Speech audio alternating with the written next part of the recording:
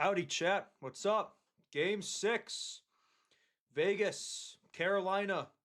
Carolina have a chance to win the Stanley Cup tonight. Do they get it done, chat? Do they get the job done? I sure hope so. I hope they oust Vegas tonight. That is the goal. They're, of course, at Vegas, so that makes their lives a bit more challenging. But I hope they can get the job done, man. That would be nice. We'll definitely be pulling for them. See if they can make it happen. Let's see if they can make it happen tonight. What do you think's going to happen, chat? Who do we have tonight? My heart, my heart wants Carolina, but I'm not gonna lie. My brain says Vegas takes this one tonight. I think this series is destined to go seven. That's kind of my opinion right now. That's kind of where I see it going. We'll see what happens. Of course, they have home ice. Carolina's got momentum on their side. They've won the last two. First time this series I've seen a team win back to back. So they got to make it three tonight. We'll see if they can make it happen. If not, Wednesday that'll be Game 7 at Raleigh. So either way, I like the Canes' chances. You win today. That's the ideal scenario. Just end it today. If not, you have home ice for Game 7. So for Vegas, you got to beat this team twice, and that's gonna be no easy feat. So, but no, it's been a close series so far. I think it's gonna be a hard fought game. Every game has been pretty close so far. Although it definitely feels like the tides have turned in favor of Carolina of late. That seems to be the way it's trending. So we'll see if Vegas can kind of get back in this. So yeah. Also, Calder Cup's going on tonight too, right? I believe Calder Cup's going on between the Chicago Wolves and Toronto Marlies. Not that I've been paying much attention to it, but I've been checking in. It's Chicago team. So I believe the Wolves are down 0-2 so far. I believe they lost in overtime today. I've been sort of paying attention to that, not a ton. So yeah, clearly the Wolves have been running Chicago hockey of late. I believe they won the Calder a few years ago, right? Didn't they win it back in 2022? I believe they won the Calder a few years ago. They've won quite a few times in their existence. I believe they've won 5 championships, Chicago Wolves. So that would be six. So they can make it happen this year. We'll see it. We'll see if they can make that happen. But at least see a Chicago hockey team winning. But that's the less important. We're focused on the cup tonight. Anyway, how are we doing, chat? How is everyone doing? I want to hear your predictions in the chat. Give me a prediction. Give me a score prediction. What do you think's going to happen tonight? I guess I haven't really been doing score predictions, right? I will say I want Carolina. Like I said, my heart wants Carolina, but my brain says Vegas takes this one tonight. I think this series is destined to go 7 games. Just how tight, how close it's been so far. I think this series is destined to go 7. So I will say Vegas narrowly edges this one on home ice. I will say, I'll say 3-1 Vegas.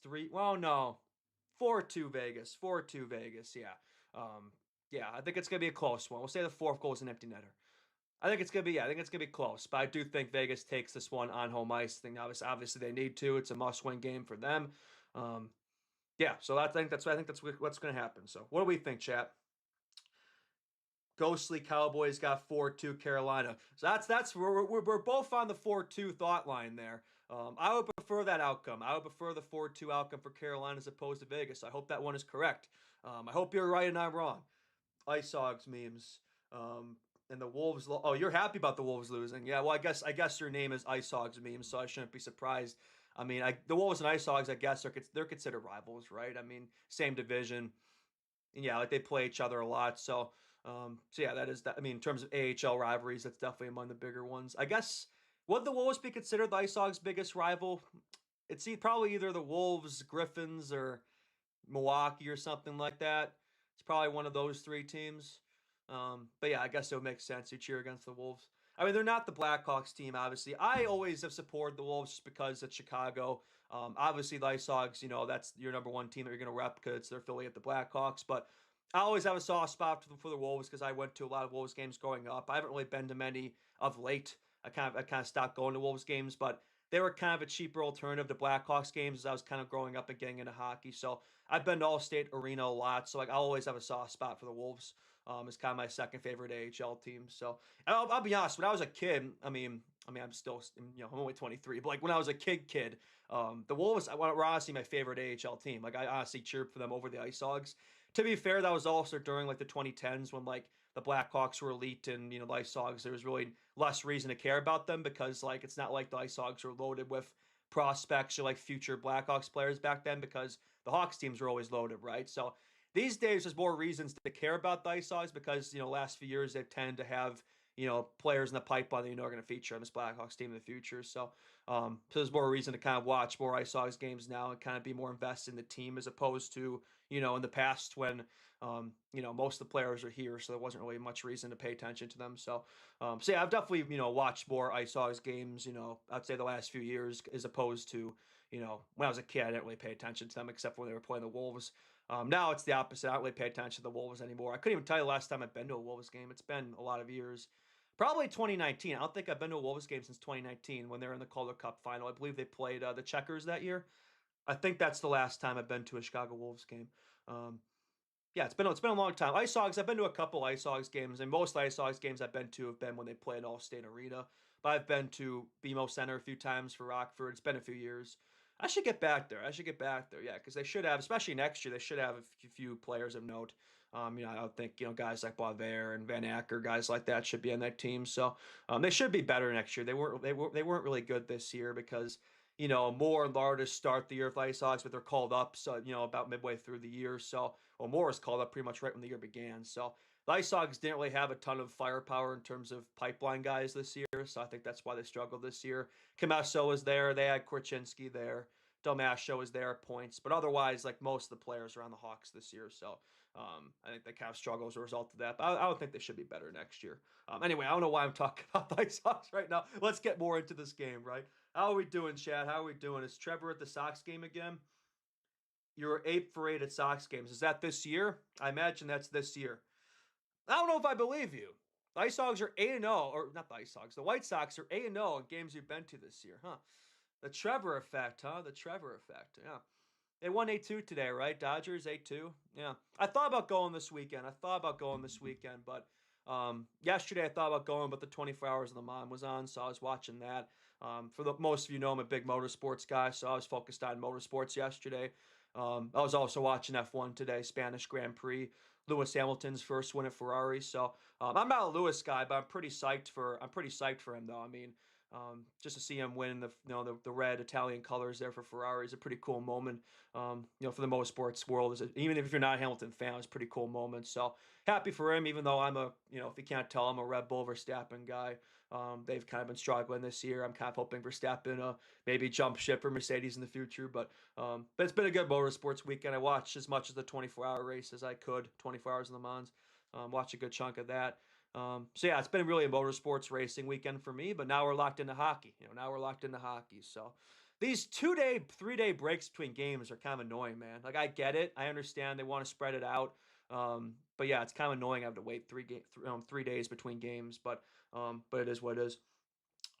What's up, PJ? Good to see you. We got a nice active chat today. I like it. I mean, it's a day we could see the cup, right? The Canes have a chance. The cup's in the building today. It's a chance to see a cup winner today. So potentially last game of the series, and it's also the weekend. So I probably shouldn't be surprised that there's more energy today. I like it. It's good to see. Hopefully the last game, right? I want to see the Canes take it home today. Although with that being said, though, I'm not gonna complain if there's a game 7 too. Like I'd happily take a game 7. Although I really don't want to see Vegas win. So it's like I don't want to risk chance, Vegas potentially taking that game 7. So I'm hoping that the Canes can just end it tonight. But I will never complain about getting to watch another Stanley Cup playoff game. So if Canes lose today, it's not the end of the world, right? I'll happily watch another game 7. But yeah, I hope they can take it though. Hope they can take it. How are we doing, Chad? How are we doing? Yeah, White Sox are 23-10. Yeah, the White Sox are cooking, man. They're still first in the division, right? What's their record now? 38-31. What is it? They're ahead of this. They're well ahead of the Cubs now, I think. Let's check in. Yeah, 6-4 dub today. I don't know where I got the 8-2 from. I think 8-2 was I think that was Saturday's result, right? Yeah, I think 8-2 was Saturday. They won 6-4 today. I didn't watch the game today. I missed that one. 38-32 now. Yeah, they're ahead of the Guardians. The Guardians are 39-33. So yeah, they're definitely in a tight-knit battle with the Guardians. They've kind of been, I'd say the last few years, it feels like they kind of had a strangle in the Central.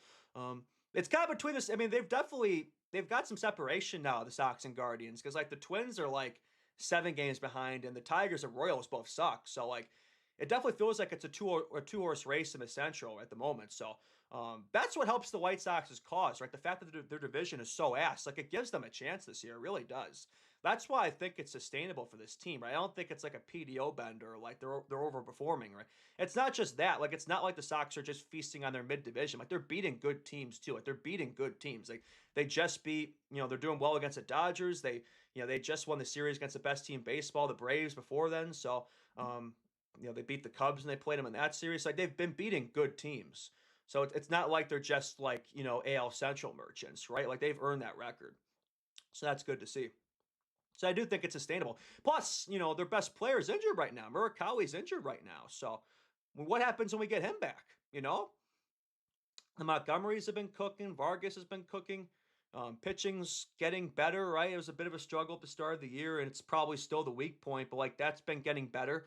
So yeah, I mean, you look at this team right now. It's like I don't see why they can't, potentially, push for a playoff spot. I think it's possible, man. I definitely get like the vibes are high with this team. Like you could tell, like the clubhouse culture is just on another level. Like you could tell this team just gets along with each other. You could tell, the culture's there, which in past years the White Sox that has been an issue, right? I think at times you could kind of question the commitment, the work ethic, the effort levels. But I think with this team, like they're very in sync. Like you could just tell watch these games, like that's just a well knit team, and that's what you want to see, especially in such a long season where you're playing pretty much every day. You need a team that just gels together, gets along, and it just feels like with this team, it's like there's something special brewing here. It feels like so.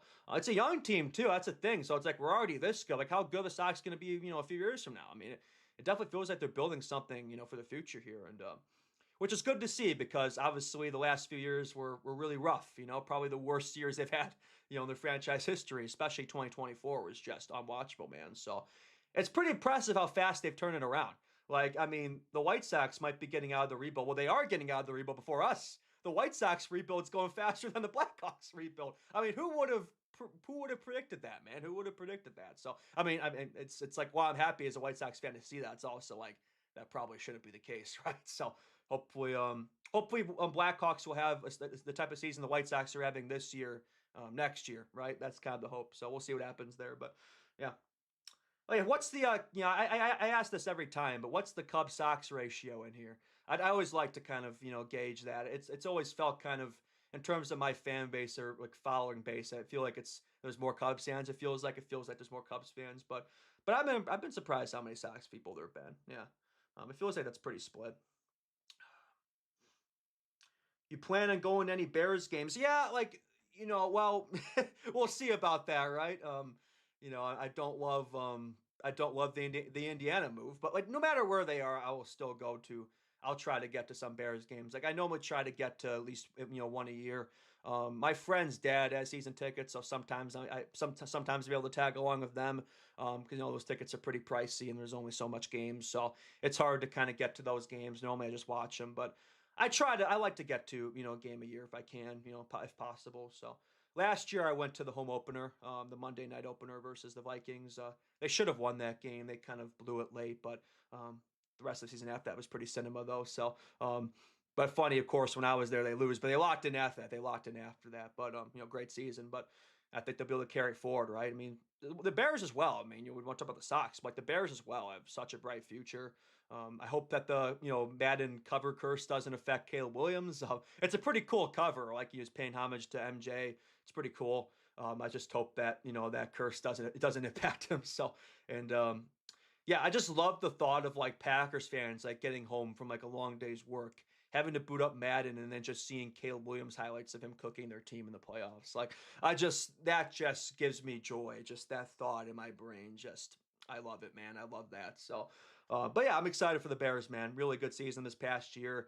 Heartbreaking loss versus the Rams. Feels like if they won that game, who knows? Maybe they win it all. Who knows? Because it was kind of an embarrassing Super Bowl performance by the Patriots against Seattle. Who knows if the Bears play them, maybe they get that far, and who knows what happens, right? So, but yeah, I think this team has a bright future, and I think with Williams, you have to get one, right? You have to get a Super Bowl with Caleb Williams. So, and they have time to make it happen, right? They have time to kind of build that team around him and make that happen. So, Blackhawks as well, same deal. Like Bears, you have a generational talent like Caleb, you got to take advantage. Hawks, you have a generational talent like Bedard, you got to take advantage. So, I think that's at least three Chicago sports teams that have a very bright future. I'm not a Cubs fan, so I can't attest to them. But like based on the fact that they were a playoff team last year and they're still a 500 competitive team, like it looks like they're competitive. And the Bulls, it's been a tough stretch, but it does feel like they got some talent in the pipeline. So it feels like Chicago sports in general. I mean, I've talked about this before, but it does feel like it's on the up and up, right? I know the Blackhawks been a rough past couple of years, but I do think that they're going to turn things around here.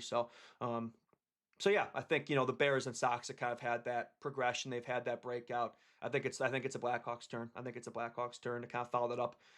That's another nice thing too. I feel like yes, they're separate leagues, but like I do think the other Chicago sports teams doing well raises morale, right? It raises morale in the city to where I think these teams can kind of all push each other too, right? I think each team kind of wants to outdo each other, so I think that's another onus too. Where it can't hurt, right? It can't hurt to see the other Chicago sports teams doing well, and I think it just raises the morale of the city and kind of just ups that sort of competitiveness amongst these players and teams because everyone wants to run Chicago, right? Everyone wants to run Chicago and kind of be the top team in the city, right? So I think there's kind of something brewing there too. So yeah,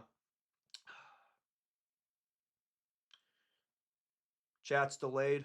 10 seconds. Yeah, I'm not gonna. Maybe I'll look at that. Maybe look at that in the future. I probably won't be. Let me check. I'll see if I can do something about that. I've only done so many streams, so I'm still kind of getting the hang of this. Um, 10. I mean, tech it's 10-second delay doesn't sound too bad, so I'm not really sure if I'm gonna worry about that. But I'll see if there's something I could do about that. I'm not really sure. I'd have to look into that, but if it's not too much of an issue, I'm probably not gonna worry about it.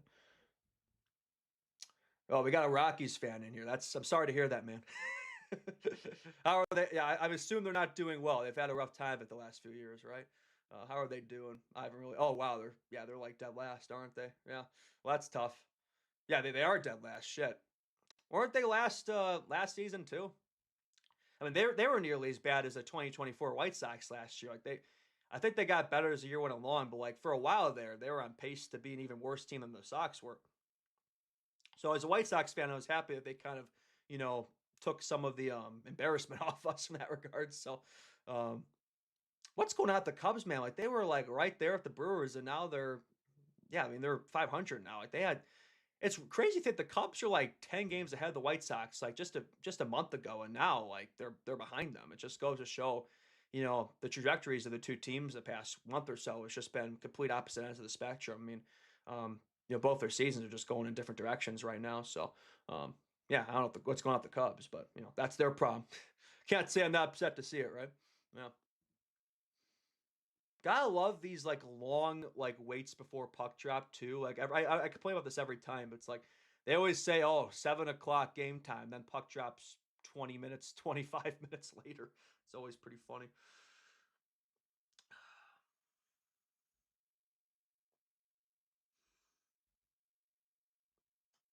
The Indiana move is still just a scare tactic. It's clear they won't stay.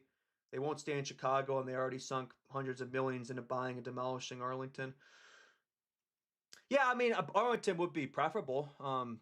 It would work out great for me too because I'm on the north side, so like the commute would be pretty straightforward. I've been to the racetrack a few times when I was there. I mean, it better go through, man. I hope they didn't tear down that horse racing track for nothing. I used to enjoy. I'm not a horse racing guy like Eddie Olczyk is, but like I used to enjoy going there. It was always, I mean, that was always a fun time. So yeah, I hope that stadium actually gets built and they actually play there. That would be ideal. Much preferable than to Hammond, Indiana. Imagine turning on Monday Night Football and you're seeing backdrops of the Hammond, Indiana skyline with factories like utter woke nonsense, man. It's Chicago, so um, yeah, I hope that gets worked out, man. We'll see. Alex Petrangelo, he's ringing the horn before for Vegas. We're about to get underway here. About to get underway.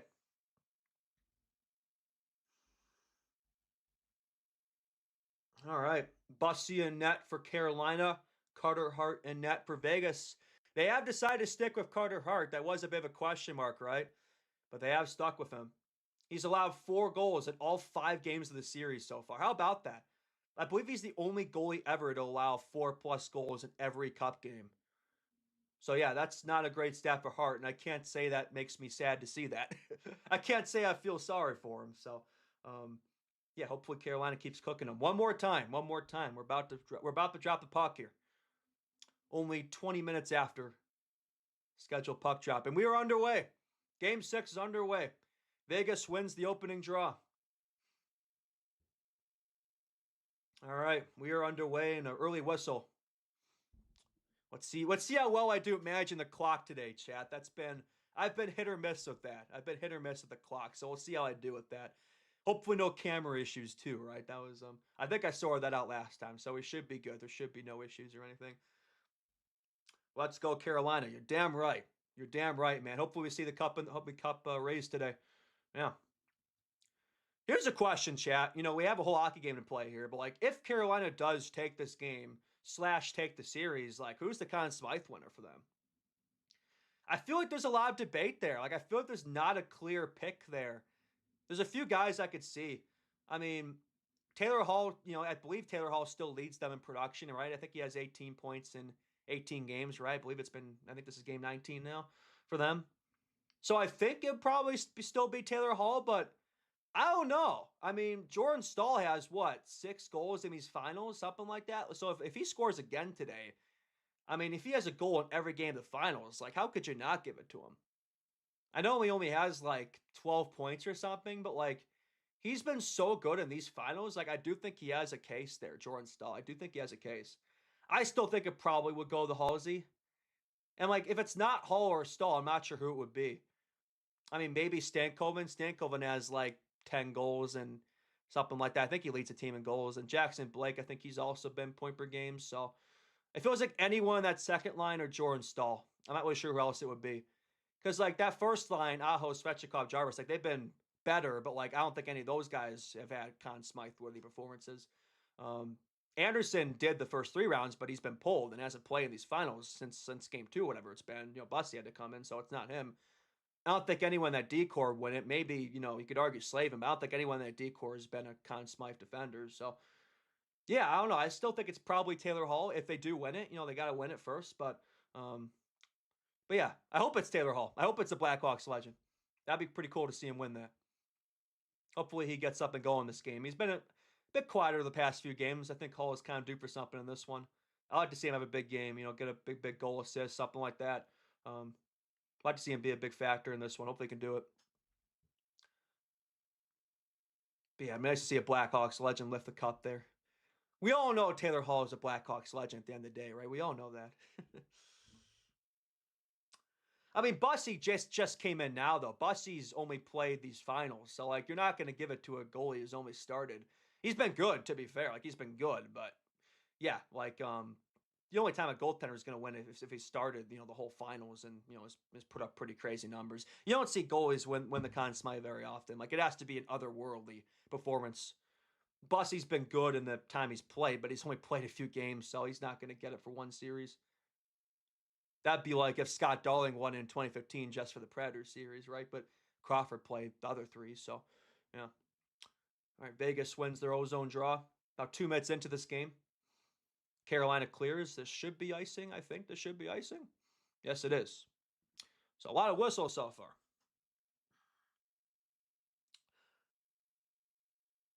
Yeah, but like, you guys really think they're gonna give it to a guy who started like 5 games? I mean, it's the Conn Smythe, isn't it? It's not like the NBA or like it's like a finals. It's not a finals award. It's for the whole playoffs. Conn Smythe's for the whole playoffs. So, I mean, I guess with that logic, I was arguing Jordan Staal. And like, to be fair, most of his production is coming in the finals and not the whole playoffs. So, I just don't see him giving the Conn Smythe to a guy who hasn't started the whole playoffs and just the final. I know he's been good, but it's taken the whole postseason into account, which is 4 rounds in multiple months. Not just this past couple weeks. So. I'd be surprised at that one. It'd be a cool story, though. Because, like, it's pretty rare to see that, right? It's rare to see a goaltender, come in during the last series and have to step up like that. And he's been good, too. Like, you worry, like, a guy who's hasn't started, he's been on the bench, the first 3 rounds. You would think he's probably a bit cold. And it's just not ideal him to go away from a starting goaltender like that. And he's been every bit as good as Anderson was, if not better. So yeah, like, it's a cool story. But I don't think that's, I don't think that's Conn Smythe, but that's just me.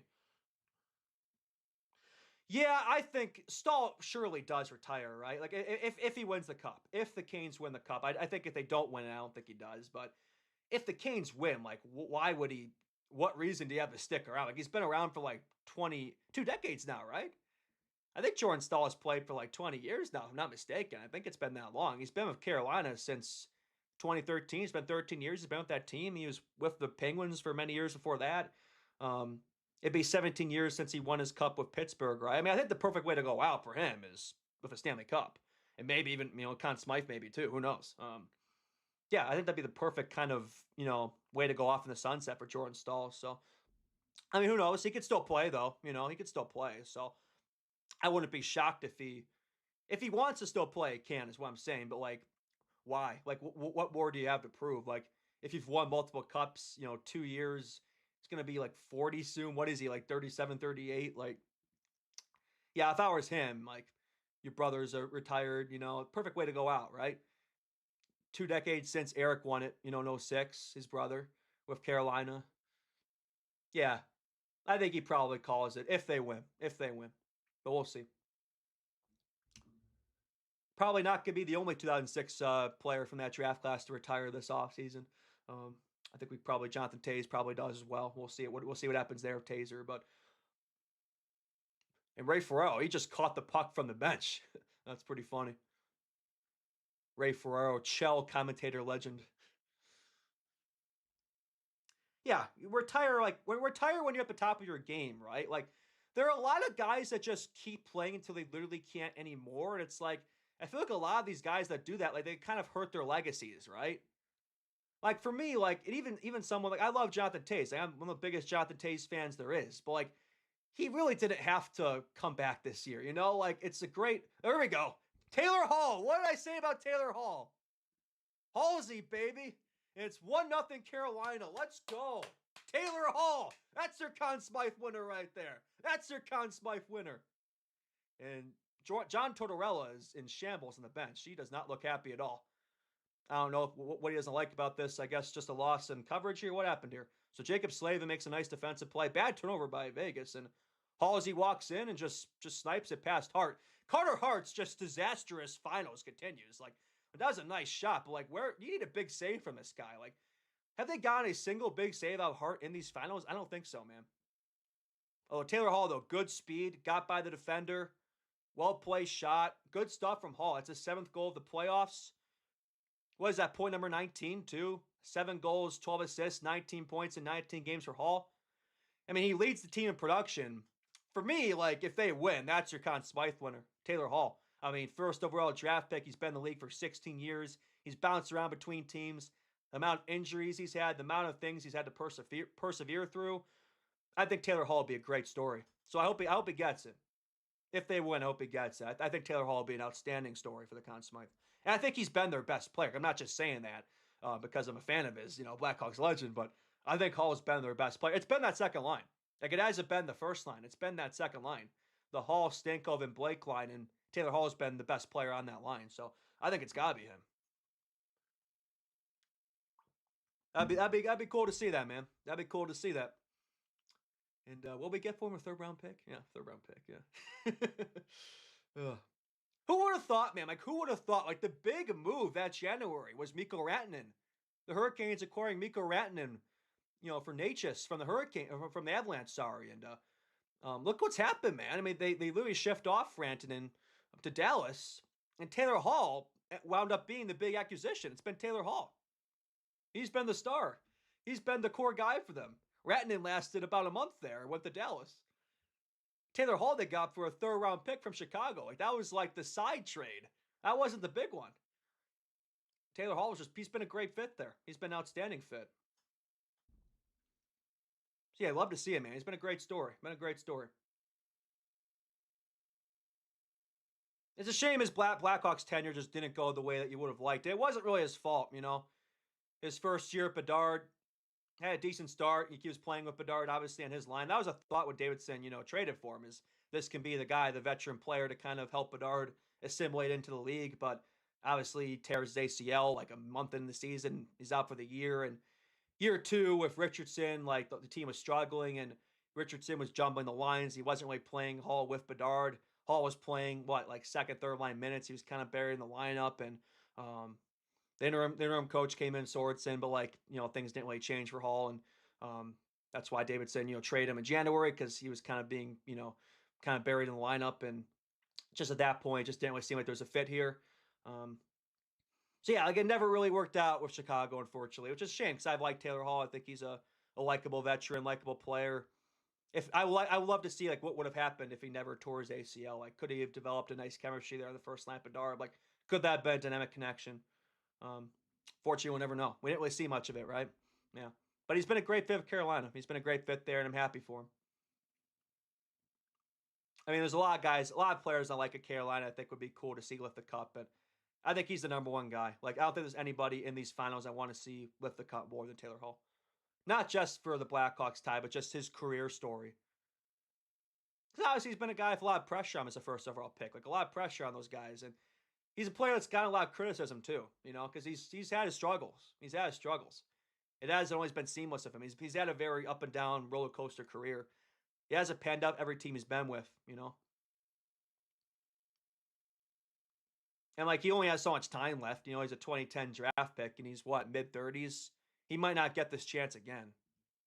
This could be it. So in terms of, going for the cup. So I'd like to see him go out with one. Although I still think he's got a few years left. Like I'm not saying he wins the cup and he bows out. Like I think Hall's still got a few years left in him. He's in insanely good shape. So yeah, I think he's got time. Barring any more injuries. He's had a lot of injuries.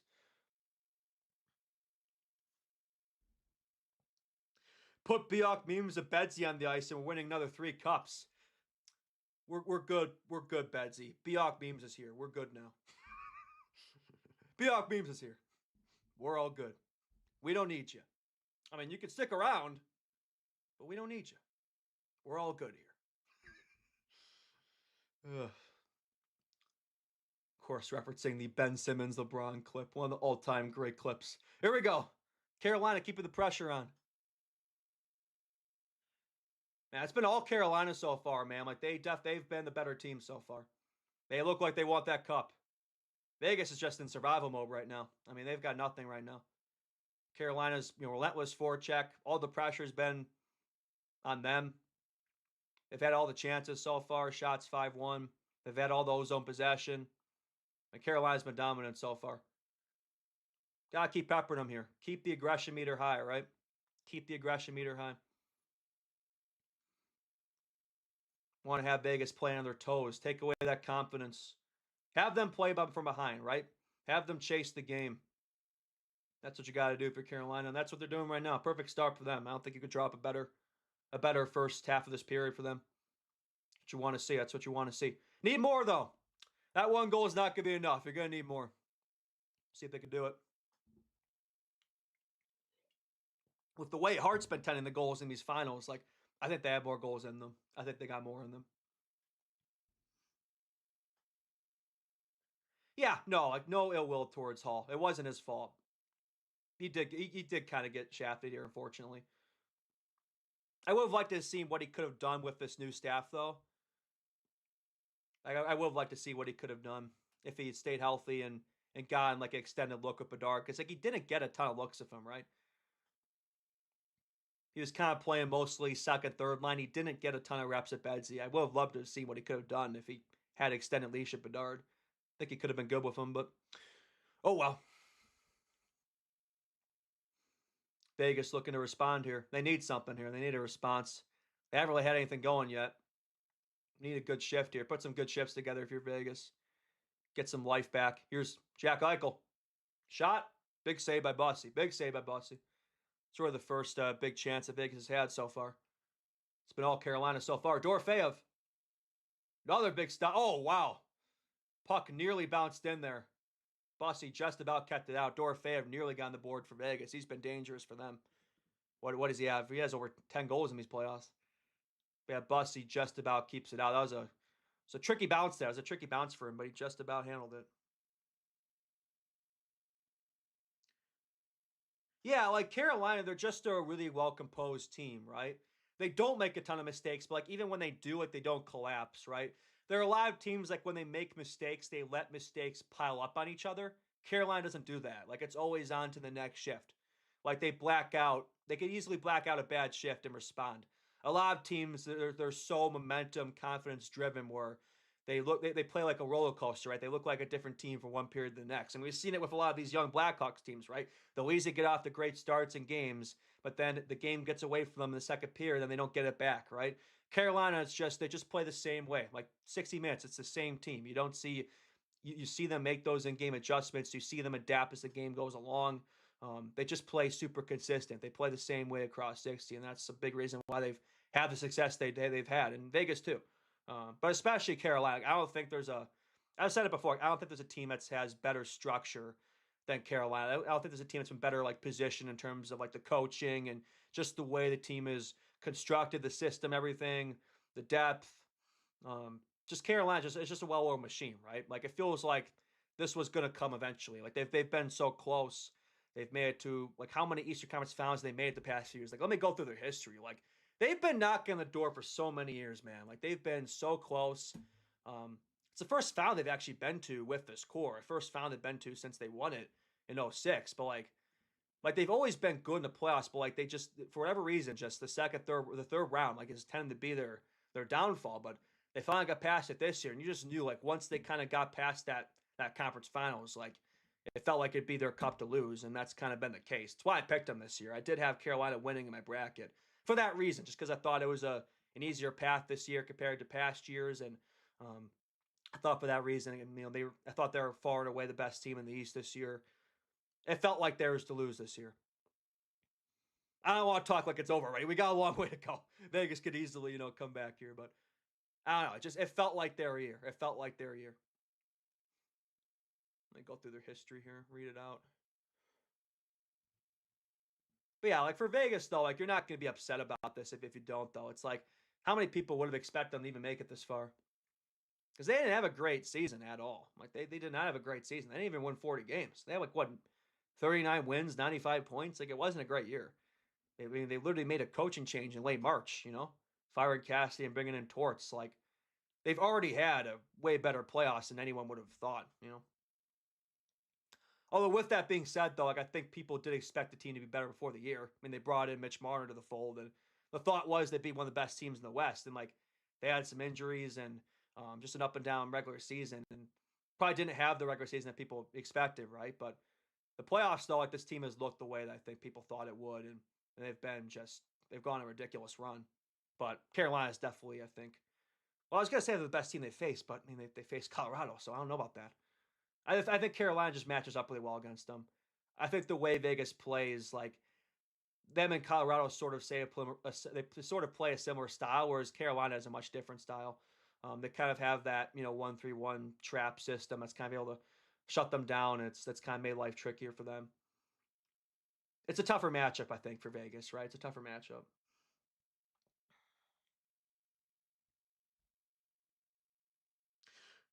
What do you think about this? If it goes to 7, Hartford Whalers night. Yeah, I mean, it'd be cool to see. Yeah, I mean, they're not going to do it, obviously, but like, it'd be cool to see him bring out the Whalers jerseys. Because the Whalers never got their cup. The Whalers never won a cup. It'd be pretty cool to see that. Yeah, I don't think that there's no way that would happen, but that'd be cool. Those are sick jerseys, by the way. Those Whalers jerseys, those are so nice. The North Stars ones are nice too. Classic 80s, 90s teams there. Oh, I think we got penalty here. It looks like Jackson Blake's head in the box. Vegas going to get power play here. Damn. If Vegas has started to put some shifts together here, Brittamore does not like the call. He's pissed. I didn't see it. I didn't see the call. Here it is. Oh, yeah, Hart. I think he made contact of Hart. It looked like he went down pretty easy there. He was pretty out of the crease there, too. Brittamore doesn't like it. Yeah, it's a tough one.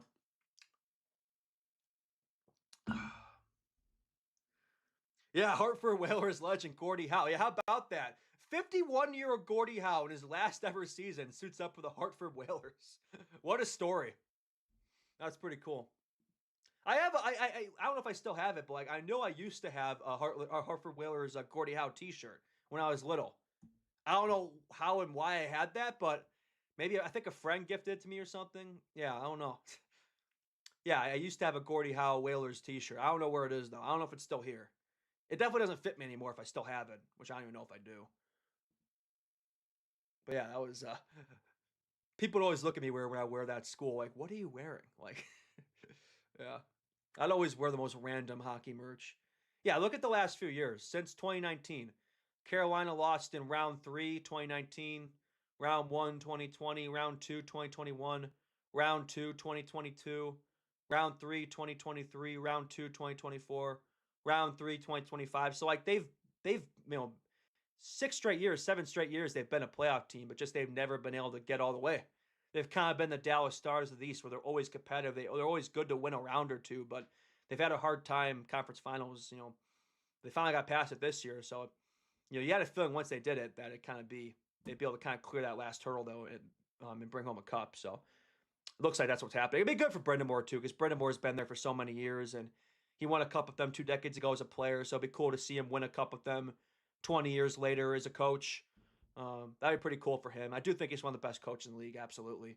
And there were some people last. I remember there were some people last year that like were calling for his head, like, "Oh, another playoff exit. Like, should they make a change?" It's like, what are you talking about, man? Like, how many coaches in the league could you say like are better than Brendan Moore? Like, you could hardly name a few. Especially just look at what he's done with that team. Like, yes, they have talent, but it's like I think he's gotten like the most out of that group. It's not like they have a ton of stars. They have a lot of really good players, but like they've never been like a superstar studded team in comparison to Vegas. Like they have Mitch Marner, they have Jack Eichel, they have Mark Stone. Like, don't get me wrong, Aho, Jarvis, Svechnikov, they're great, but like they're not like right upper echelon tier 1. They're like tier 2. So like they've always had such good depth. They've always had those role players, right? They have 4 lines that they can roll. They have 3D pairs. They've had decent goaltending. Goaltending's been hit or miss, but yeah, it's like there's just in good special teams. Like they're just a well coached, well structured team, and it looks like they're finally gonna go all the way. We'll see. Anyway, see if they can kill off this Vegas power play here. About halfway through the period, a little over halfway through the period. Carter Hart too, yeah. Yeah, it's been a tough go of it for him in these finals. First 3 rounds, he was pretty good, but has not been the case in the Cup final whatsoever. I mean, how many goals he allowed now in these finals? He's allowed at least 4 every game. It's been a tough go of it.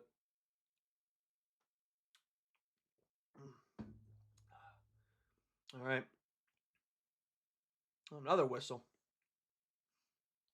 I will say, one guy who's suddenly gone a bit cold, who's been so good in these playoffs, is Mitch Marner. The past couple games, he's been a bit quieter, hasn't he? Yeah. I mean, the guy has 29 points, 21 games. I'm not saying anything there, but I didn't notice him much at all last game. So he needs to kind of find that form he had early on in the series. Because he was great early on. He had that hat trick, he had that 4-point game. Like he was cooking the first few games of the series, but the past couple he's been a bit quieter. Oh, Hurdle took a penalty. Looks like we have 4-4 here. But yeah, the past couple games it's been Maple Leafs Marner, not Golden Knights Marner. Anyway, that cancels out Vegas' power play. So good job, Hurdle. We will go the 4-4. Now, he's been great. Like Marner's been great. Don't get me wrong, but just like I'm just noticing that like you look at his stats in like games 1 through 4 in his career versus games 5 through 7. Because like in Toronto, like the Maple Leafs, it wasn't like when in the playoffs, like he was always like every series like he was quiet. Like no, you look at his stats, like he was normally point per game, maybe a little below it, but like the problem with Marner is he would get all his production in like the non-elimination games, right? He would get all his production in the early games, but then the second that there's an elimination game, like a game of like intense stakes to like move on to the next round or win the series, those are the games where he goes quiet. Those are the games where suddenly he's not producing, and I'm just noticing in this series, that might be a thing again. I don't know. He leads the playoffs in points. He's been great. I know. But he's not picking a great time to have his worst hockey. I will say it's not just him though. Anyway, Vegas wins the ozone draw here. About a minute left on this 4v4. Borbell down low. All right. Ghost. Shot. Oh, I don't know where that was. I think he was looking for a shot pass there. Vegas should get this out. I don't know whose favors 4-4. Vegas has a bit more top end guys, so maybe it gives them a slight edge. Jack Eichel surveying his options. Oh, big pass there. Here comes Howden. Big save by Bossy. Big stop. That's a huge save by Bossy. He's been good so far. He's made a few big stops. What a pass by Eichel there. What a pass. Good save, though. Big save. Needed that. He's been getting the big saves. That's not what Freddie Anderson was doing. They were not getting the big saves of Freddie Anderson. I'm not sure if he makes that stop. Yeah, Howden's been so good in these playoffs. I mean, 13, 14 goals. Good opportunity there. Kind of caught Carolina napping there in the change. Yeah, caught them napping. He's trying to go 5-0 on Bossy, but he shut the door. Good save there. Remember that save, as Eddie Olczyk would say. Remember that save. That's what they need. He's come in, he's been good, man. What a story. What a story for him. Came out of nowhere this year, Bossy. Like where did this guy come from? And like he had a crazy year. What, 31-6-2? His record? I know he's on a great team, like good defense, whatever, but like that's incredible, man. Yeah, I don't even know where he came from. I hadn't heard the guy before this year, if I'm going to be honest. So yeah, impressive.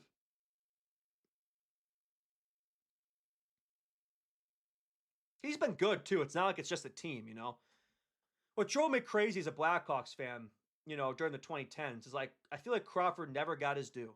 Like every single year, these people just say, "Oh, it's just the Hawks D. It's just he's behind a loaded defense. He's on a dynasty team. He's not really that good." Like Crawford didn't get his due for me, not the entire fan base, from a lot of the fan base during the 2010s, and then suddenly, you know, that core gets kind of broken up there, and you know, Hawks go through some struggles. You know, they missed the playoffs for the first time in 8 years, whatever it was, 9 years. And it was because, a big reason why they struggled in 17-18 is because Crawford got injured. Crawford got injured in 17-18, and suddenly the team fell apart. They didn't play well without Crawford. And suddenly it's like, oh, shit, yeah, actually, no. Like, he is that guy. He is that good. And he was very important to those teams, I think a lot of goalies, like, if you play behind a very good team, like, you kind of, sometimes, you get written off as like, oh, you're just a product of the team. You're just a product of the defense, whatever. But it's like, no, like, it goes both ways. It goes both ways. And now Crawford gets his due now. Like pretty much all Blackhawks fans praise him now. But like I remember like at the time, like a lot of Blackhawks fans, weren't high on him when we were winning. And just like I never liked the disrespect he had. He has his respect now, but definitely a guy I feel like who wasn't appreciated at the time, but like now is. Looking back on it, people are like, okay, yeah, he was actually pretty damn good. Because he was unorthodox. Like Crawford was so unorthodox. I think that's why, some goalie people are like, oh, his techniques are a bit, unique. But he made it work. I'm not a goalie expert, but I'm just basing off of what, people have said.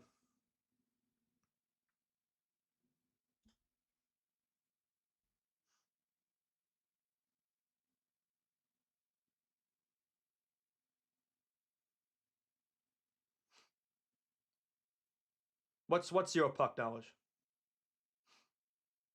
Oh, the Hawks fans are slandering Crawford. And look, he had, I mean, to be fair, like Crawford also had his down moments too. Like the biggest one was 2015. I mean, but he came back and he was strong. He had a bad series versus Nashville, and Darling had to come in, and it's never ideal when you have to get pulled. Like when you're starting goaltender and you're pulled in the playoffs, it's never a good thing. Darling came in, was big for us, but like Crawford came back in, he was great for the rest of the playoffs. You know what I mean? And like he had so many good moments. I mean, 2013, he probably should have won the Conn Smythe in 2013. Like as great as Kane was in 2013, I thought Crawford was everybody's good that year. His numbers were ridiculous. And he was so consistent. Like I feel like he didn't get enough credit. Like I believe his stats, his goals against save percentage, like they were right there with like Henrik Lundqvist, guys like that. And yet you never heard in those conversations. It was always, oh, Lundqvist, Price, Quick, Rene. Like Crawford, I feel like never really got his due from that regard. Like I think I put Crawford up there of any goalie from the 2010s. I put him up there of any of them. And if you needed a big save, he would get it, man. Like he would have his off moments. Don't get me wrong. His glove hand wasn't always great, he would let in some softies, but like the big stops, the clutch moments, he would always show up. He'd always get the big save. He was great, man. I miss him. He was entertaining too. He was entertaining. Definitely, stereotypical weird goaltender. Yeah, I mean, yeah, obviously he had his issues there, and um, I mean, he was supposed to play right because it was an early retirement. Like he was supposed to play in 2021. The Devils, like they signed him, right? Or did they trade for him? I can't remember if we traded Crawford or if the Devils signed him. I don't remember. Crawford Devils. Yeah, he was supposed to play for the Devils in the COVID season, but never happened. I think because he had his mental health problems. I mean, to be fair though, like I don't think he had much more. I don't know how much more he had left in him anyway. Like I think at that point, like, he'd been around for a decade, and his game was still pretty good. Like I remember 2020, like when the Hawks were in the bubble playoffs in 2020, I remember he was really good. Like in that Edmonton series, like he was ridiculous. So I still think he had some game left. But like he was also getting up there in age though. He's not getting anything left to prove. Like he had multiple cups, and like a part of me's happy that he just played the Blackhawks, and because a lot of players in that Blackhawks core, like they went elsewhere, and um, it's cool. His whole career is at the Blackhawks, but he probably could have played a little longer. And yeah, yeah, he showed up to Devils. He was there at training camp, but he never actually played for the Devils. He retired pretty much before the season started, I think. It was weird, man.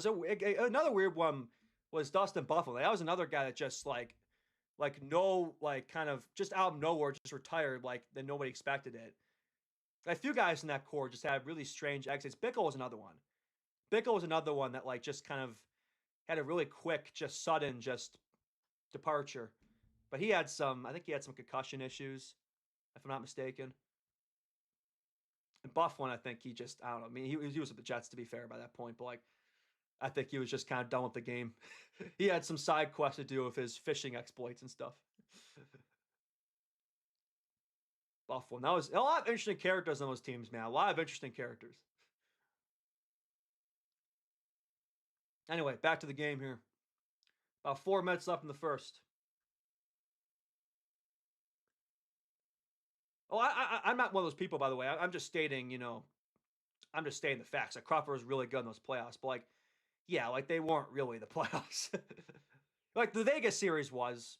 It was the Edmonton series that was like the qualifier to get in. But like they were they were the 23rd place team that year, and they wouldn't have made the playoffs, if the season went 82 and the pandemic never happened. Like they weren't mathematically eliminated, but like they weren't going to make it. But to their credit, though, like they played well. It's not like they looked out of place. Like nobody expected that Blackhawks team to beat the Oilers. Nobody expected it. And the Oilers were a 5 seed, one of the better regular season teams. Like David Draisaitl, and we beat them. Yeah, I know it was only like a best of first of two wins, whatever. It was a short series, but still. And even the Vegas series, like they beat us in 5 games, but like it was close. Like there were 5 close games. So it's not like the Hawks like looked out of place. I mean, they made it further than I think anybody thought they would that year. Sure, should they have been there? Probably not, but like they played well. It was also kind of a separate season though, because it was months after the fact. So like, yeah, it was fun though. I enjoyed it. I'm glad they got one more run with that group. I'm glad we got to see Kane Tays, Keith Crawford, etc. I'm glad we got to see one more run out of them, even if it was a Mickey Mouse, no fans, whatever. It was fun. Like I really enjoyed that Edmonton series. That was a ton of fun. The Vegas series was less fun, but even that series had its moments though.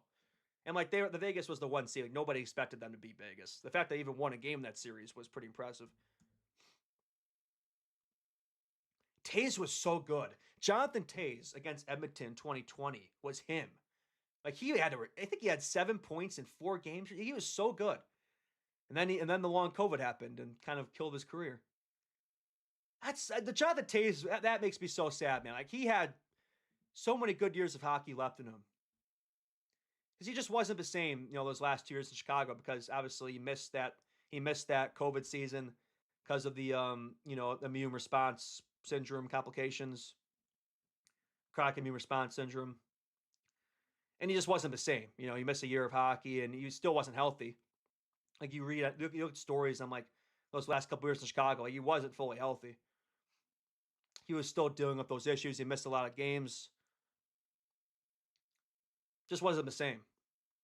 And he went through. I mean, props to him for to come back. Missing 2 years and to come back this year, like hell of a comeback effort. But you could still see it. Like the game's gone. Like hell of an effort to come back. But like my brother, you have nothing left to prove. Like you've won 3 Stanley Cups. Like one of the best players from your era. Like you have absolutely nothing left to prove. Like leave the game before the game leaves you. But still, a great effort. But I'm not sure if he keeps playing beyond this year. But yeah, like Taze, like he was still like on top of his game in 2020. It's a shame that happened. I wonder like how many more prime years he could have had left in him. If that never happened.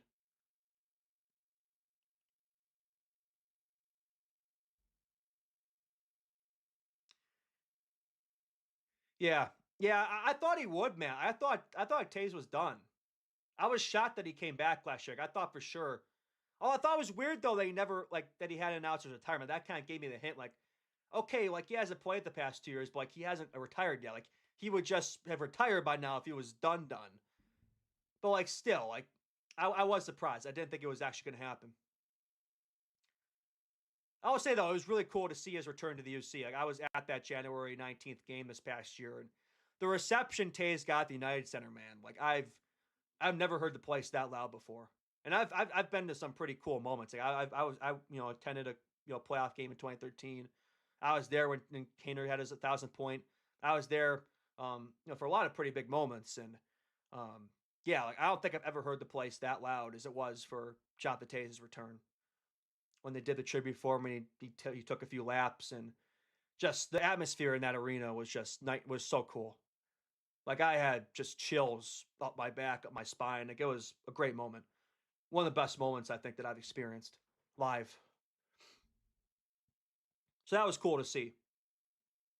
But yeah, at the same time though, I kind of wish he just called it and he could have +2. He would have spent his whole career as a Blackhawk.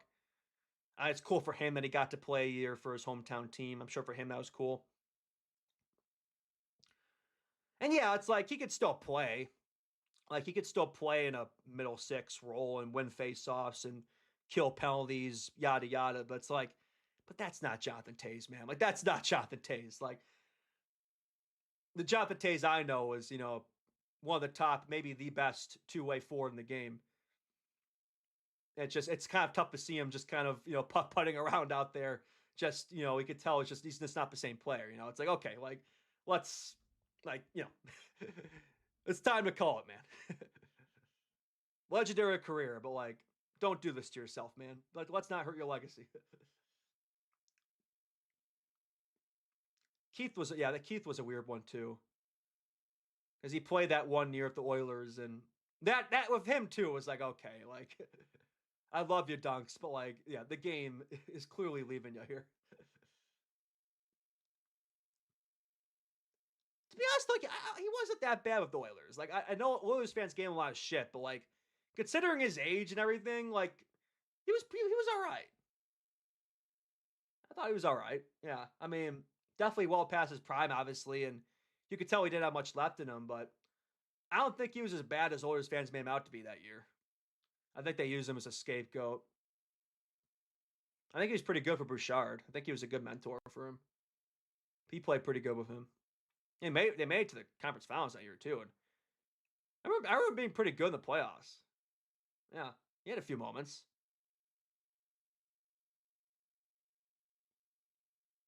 But yeah, I love dunks. But yeah, those last few years are pretty tough. Like that COVID year, you could tell. Like, yeah, like he was hard. Those past couple years are definitely pretty tough. But man, prime dunks though, just like Tays, prime dunks was special. He was special. Like in my opinion, like best defenseman of this era, one of the best defensemen of this era. Like he was before Cale Makar. There was Duncan Keith, ladies and gentlemen. Like Duncan Keith walked so Cale Makar could run. Like he was a special, special player. It's amazing how good those Hawks teams were to where like he was probably your third best player.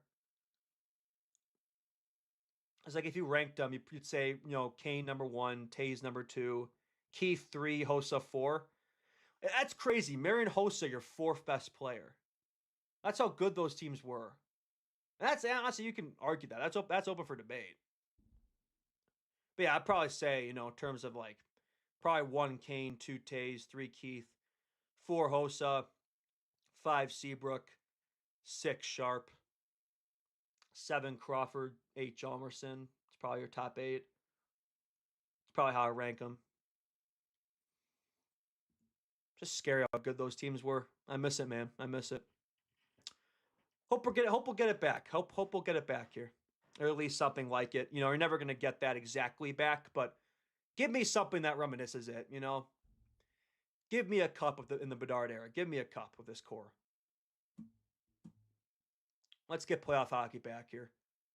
It sickens me every year watching the playoffs and just not seeing the Blackhawks there. Every year it sickens me. Every year that adds up, it's like this shit pissing me off, man. Like I know we got something special brewing here, but it's like it gets to a point though where it's like, okay, let's see it. Like enough potential talk. Like let's see the results. It's gonna happen. I know it's gonna happen, but I think I've been patient. I think we've been patient, but that patience is definitely wearing off a bit. Like I'm not sure how many more playoffs I could take watching without the Blackhawks in them. I think even Bedard feels the same way. Like I saw an interview with Bedard and he said like, while he has watched a lot of playoff hockey, like he's tried not to watch too much because it just pisses him off. And yeah, like because we should be there. We should be there. We'll be there soon. We'll be there soon.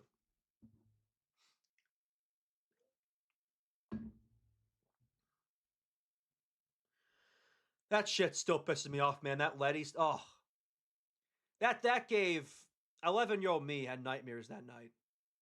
I don't think I've ever been more affected by a sports loss than 2014 Game 7 of Western Conference Final versus LA. I mean, I could still visualize that entire sequence, like bar for bar, line for line, every pixel, like just picture in my mind. It scarred my brain. 12 years ago, 12 years later, I still think about it. It haunts me, man. And it shouldn't. Like, we won 3 cups. Like, it shouldn't. But, like, it should have been 4. Like, that team should have won that year. And they would have. Because that Rangers team was, I mean, the Kings beat them in 5. I think we would have beat them in 5, too. Hell, we could have swept them, honestly. That Rangers team, no offense, was Heinrich Lundqvist and friends. It was Heinrich Lundqvist and friends. Like, they were nowhere close to the Hawks or Kings. The Hawks and Kings was the cup. That was the cup that year. It was the Hawks and Kings. They ran the early 2010s. It was us. And then that one Bruins year, but like it was the Hawks and Kings from 2010 to 2015, pretty much. But yeah, it's like everyone talks about 2014, but like what about 13 when we whooped their ass in 5? What about the Kane heartbreaker? I feel like 2014 gets talked about more because it went 7 and yeah, obviously the Martinez, moment. Because yeah, like Letty, he's behind the net, loses his stick, and then he like tries to retrieve it, but then he doesn't. Then he screens Crawford. Crawford doesn't see the puck, blows right by him. It was a nothing shot from the point, too. It was nothing. But that shot shouldn't go in. It was a muffin from the point for Martinez. But, the screen was enough for that to be enough for it to go in. It's just, and you see that a lot in these games, man, where it's just, especially in the overtimes, too, where it's like it's been a long game, it's been a long series, long matchup. Normally it's some, bounce or, something like that, doesn't go your way. And then that's all she wrote. It's not always a highlight reel goal like 2013, Tays the Kane heartbreaker. A lot of times it's some garbage goal like that decides it. Just wrong place, wrong time, just unfortunate. Bad luck. The thing though is like that game shouldn't have gone to overtime in the first place. Like I think the Hawks, I believe they were leading going into the 3rd period, if I'm not mistaken. If you're leading at home ice in a game 7 going to the 3rd period, like you shouldn't be going to overtime. The game should just win it in regulation. I think they may have had a multi-goal lead too. I could be wrong about that, but they were leading going into the 3rd period. I know that for certain. I think they came back in that series. Like, weren't they down? I think they came back in that series too. The Kings had a lead, and they forced a Game 7 back home. Okay, so you win on the road, forcing Game 7. Like, I thought for sure, we got this. And we were leading on the third period, we got this. And it just got away. It just got away. That was tough. So I do think they were probably the better team that series, but the better team doesn't always win.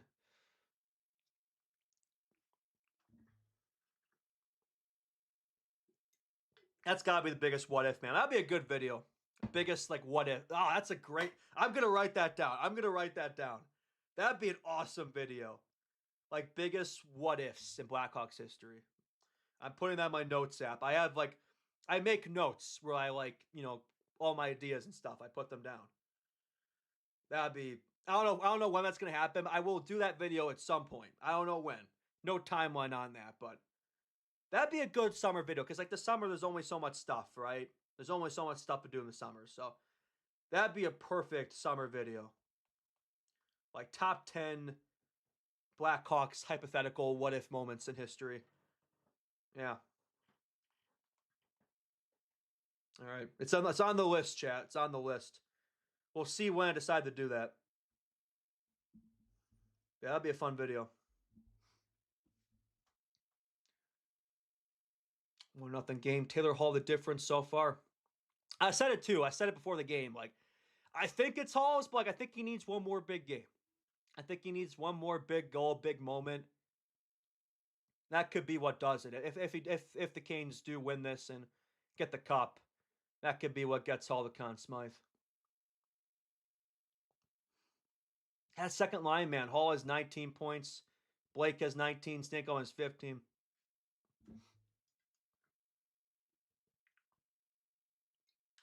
It's basically been their first line. I know it's the second line, their depth chart, but like it's been their first line. It's been their top line.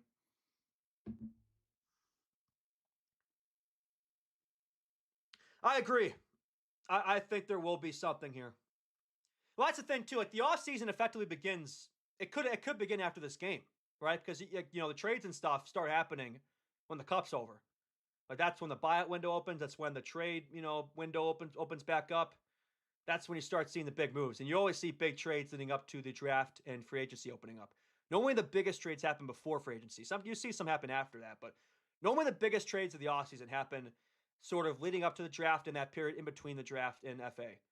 So bottom line, like the next 2-3 weeks here are going to be intense. And I do think the Blackhawks will be involved. Absolutely. They have to be. They have to be. Yeah, what's gonna happen here, man? I'm nervous. Like I'm excited, but I'm nervous. Like I'm gonna be refreshing my phone constantly, just checking, just waiting for that big notification. And not just of that too, but like there's a few things, right? You're looking out for trades.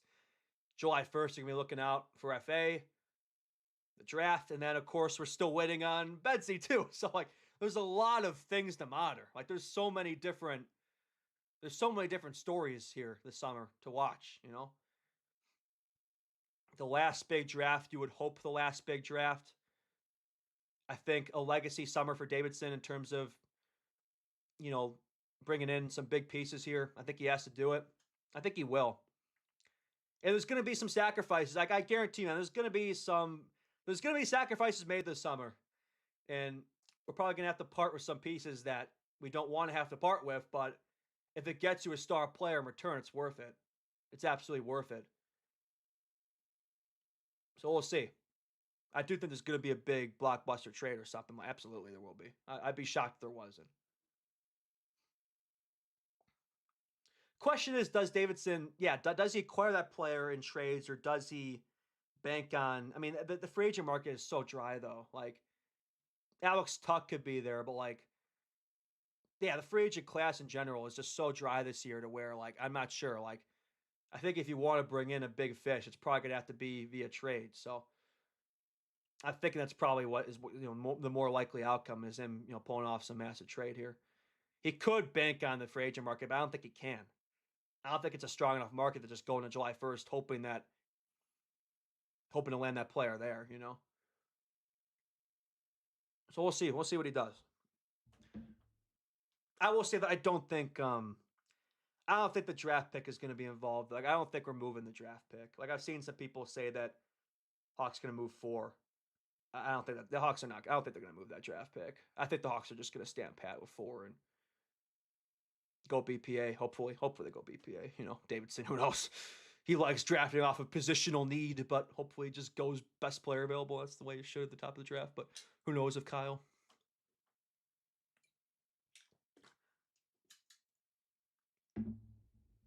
Although if there was a year to trade the draft pick, this would be the year to do it. But I don't think it's going to happen. And plus, now it's like I kind of worry about doing it too, because like I actually, I haven't fully bought into the delusion, but like I do think there's a very realistic chance that Stenberg could be there at 4.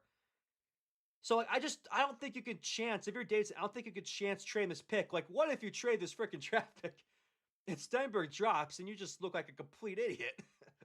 So yeah, like I was down to trade the pick before. I'm still down for the right price. I still am, but I worry about that now. With all the mock drafts I've seen, even the betting odds favor Stenberg at 4. When even the betting odds are, and like that stuff isn't, there's inside information there. I'm not saying it's accurate, but like I don't think it's fully delusion anymore. Like, I used to think it was delusion, but like I've seen the amount of mock drafts I've seen from like people that have been doing this, from scouts, from reputable pieces, like The Athletic and Elite Prospects, yada yada, Daily Face. Like I mean, Stenberg at 4, like he's been probably the player I've seen the most at 4 compared to any other player. And even the betting odds, like he's the overwhelming favorite right now. I mean, I haven't checked today, but I checked yesterday. I think it was minus 370 or something. I'm not saying it's going to happen. I'm still prepared. I'm still preparing myself for disappointment. I'm not banking on it by any means. But yeah, I don't think you could chance moving that pick. I think you're better off hanging on to it.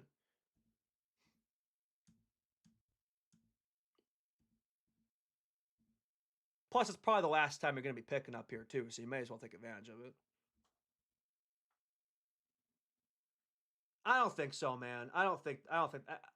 They say that every year, man. Like they say every year, oh, the teams at the top of the draft, they're going to move their draft picks, and it never actually happens.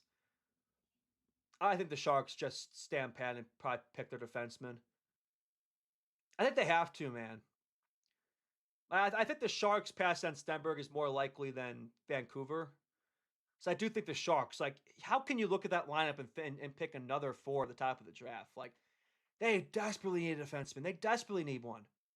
And like Sharks fans keep saying, "Oh, we'll just take Stenberg and then we'll acquire that defenseman via other means." It's like, you know how hard it is to acquire a top pair defenseman? Like teams don't just give up top pair defensemen. And what? Are you gonna go out and get like Morgan Riley or Darnell Nurse? Like that's gonna solve your problem? Look how Seth Jones worked out. Like you don't just find those defensemen. Like they're so rare. They're so rare. So if you're the San Jose and you have the second pick in the draft, like just take Chase Reed. Just take Chase Reed. I think there's a very good chance they do it. Vancouver is what worries me. Vancouver is what worries me.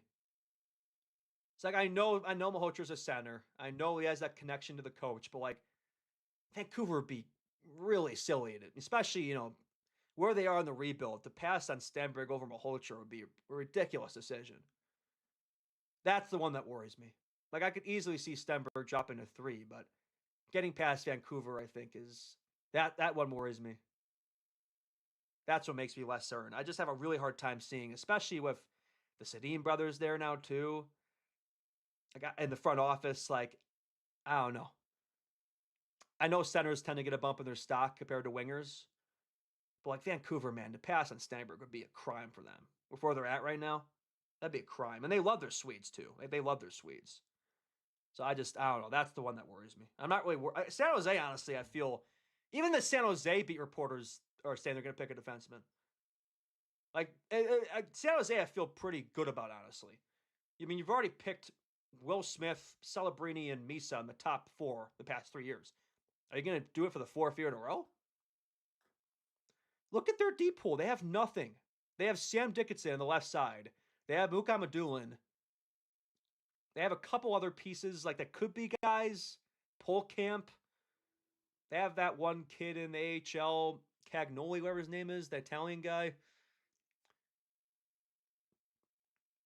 I think maybe one other guy, Walensky, whatever his name is. Like, yeah, like their deep pool is so dry.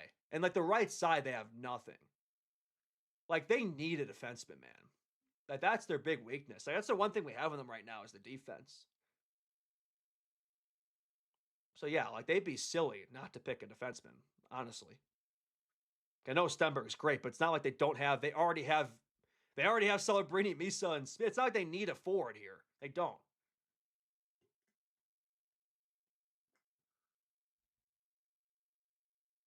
And yeah, like that wouldn't be ideal for them. Like if they did pick, a forward here, and then they wanted to acquire a defenseman, yeah, they would have to give up a top. They probably have, they probably have to give up a guy like a Victor Eklund or someone like that, or a Chernyshev, or they already have so many good pieces. But it's like if they want to get a defenseman, they would have to make some serious sacrifices to that forward core. Like there wouldn't be space for all those guys anyway. And it's like if you want to bring in a top defenseman, like you probably have to give up multiple top forward pieces. You think they want to do that? I don't think so. So just pick the defenseman.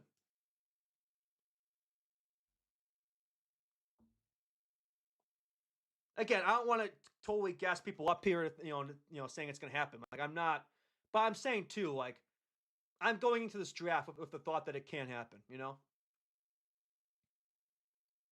I'm excited, man. I'm both nervous and excited. I hope it's the last draft that I have to have that feeling for. I hope it's the last time we're picking at the top of a draft for a long time. I hope in the future we're stressing about playoff hockey and not draft lottery combinations and all this stuff. Hope it's the last year we have to worry about this for a while.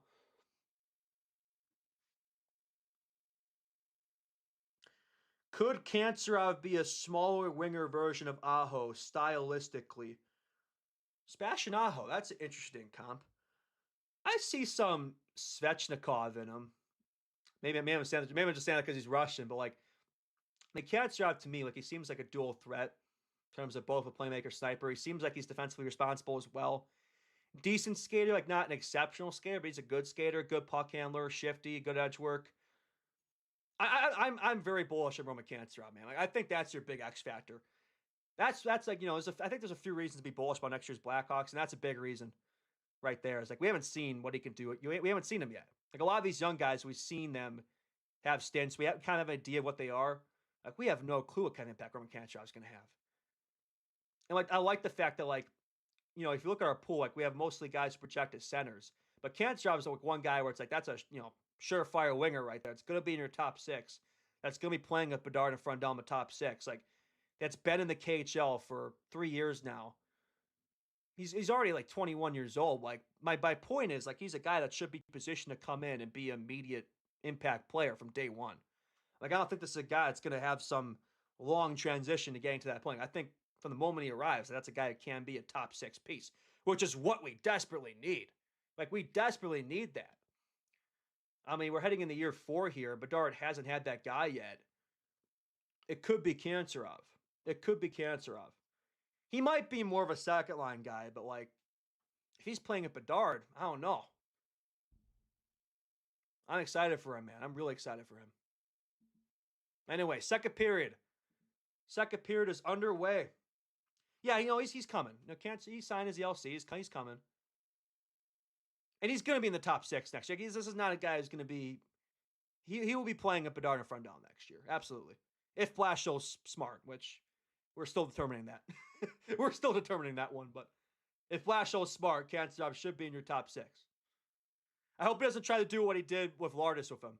Because Nick Lardis, for some reason this year, played end of the year he's in the top 6, but he played way too much time on the 4th line in a checking defensive role.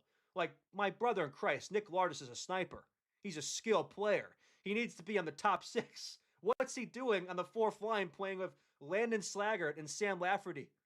So I hope that Kantsarov doesn't have this same, if it was at coaches, they feel like, oh, they have to, move up through the line. I get you have to earn your ice time. I understand that, but it's like, when you only have so many guys who have that type of skill, you only have so many options to pair at Bedard. Just play these guys where they should. Let them thrive. Let them thrive with their skill set. And look at what Nick Lardis did at the end of the year when he was playing in the top 6 with Leighton Azar and Bedard. That's when his game really started to take off. When the reins were taken off him and he was just allowed to play his game. That's when he really started to thrive. So I hope if Kanserov, like, he does get top 6 minutes from day one and he's not like, buried in the lineup, playing defensive bottom 6 minutes. Like, that's not his game, dude. Like, we have guys who can do that. I understand you want to round out these players. I understand it. I understand like what he's going for there, but it's like you have all this talent, utilize it.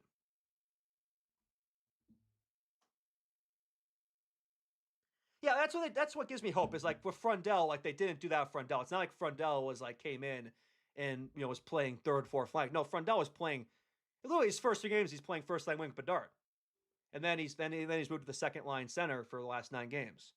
So like Frundell played all 12 of his games in the top 6, where he should be because he's a top 6 player.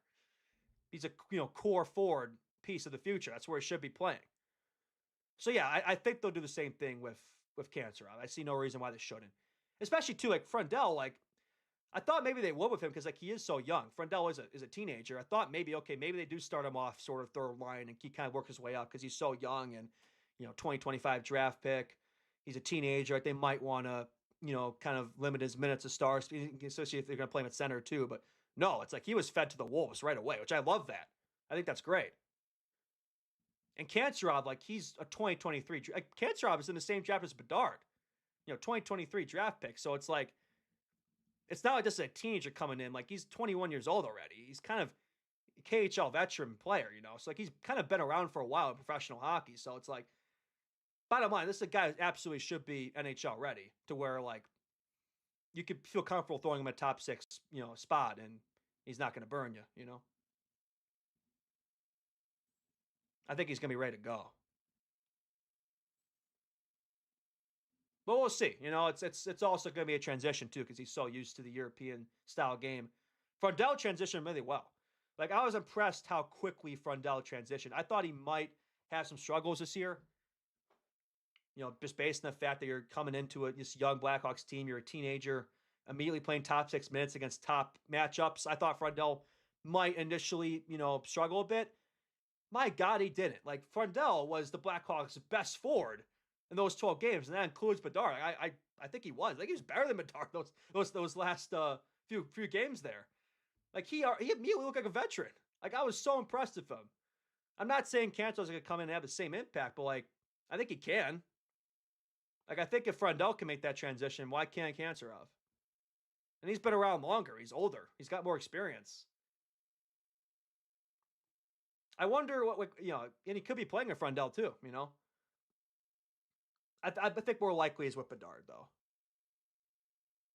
because I know they've said they want to split up Bedard, Frundell, and Nazar. So Kanserov could be playing if any of the three. It kind of depends on, I guess, what they do this summer, but today I think he'd probably be more likely to play with Bedard. But we'll see. I'm sure he'll get reps at both of them. Anyway, there's a hockey game going on right now. I'll talk about the Blackhawks. I always love doing these streams. It just becomes Blackhawks talk. Anyway, breakaway for Jordan Staal. Big stop by Hart. Needed that. Needed a big save from him. He hasn't had much of them these finals, must be said. He's been kind of lit up. Yeah, Jordan Staal, good luck for him. He's looking for goal number 7 in these finals.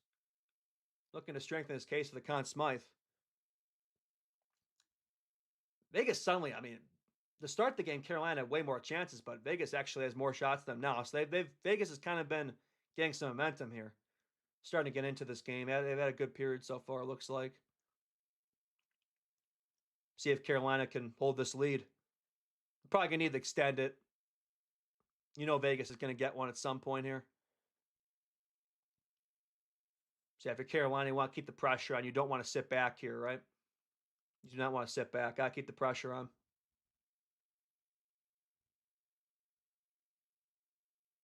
Lourdes too. Not to bring this back to Blackhawks talk, but yeah, Lourdes I'm so intrigued by too, man. I just hope that he's not going to be the sacrificial lamb.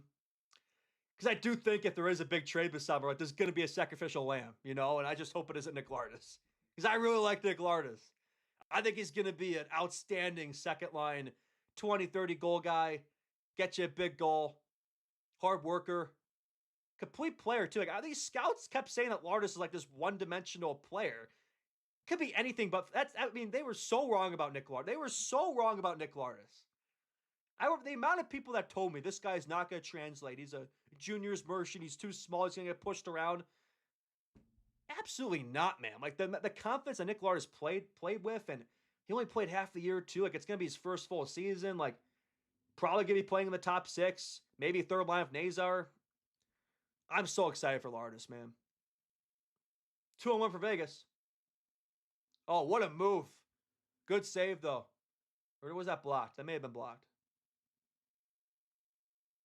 Thomas Hurdle nearly had a goal there for Vegas. Good stop there. And Vegas is really starting to get some things humming here in this period. Starting to kind of get their chances, looking to even this game up. Carolina's got to weather the storm here. Carolina's got to weather the storm. Got that. Yeah. No pun intended. Lardy Party. I love Lardy Party. He's the better party player so far. Artie Party's got to step his game up. Lardy Party's stealing his thunder right now.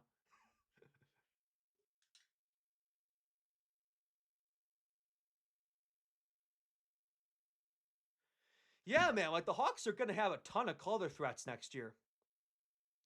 Between Cancer, between Frundell, and yeah, I mean maybe Stenberg. Yeah. They could have 3. Definitely 2. That's probably it, right? Yeah, because Flores has already played 41 games, so he's not eligible anymore. Frundell played 12, so he's still eligible. It'll be Cancero's first taste in the NHL.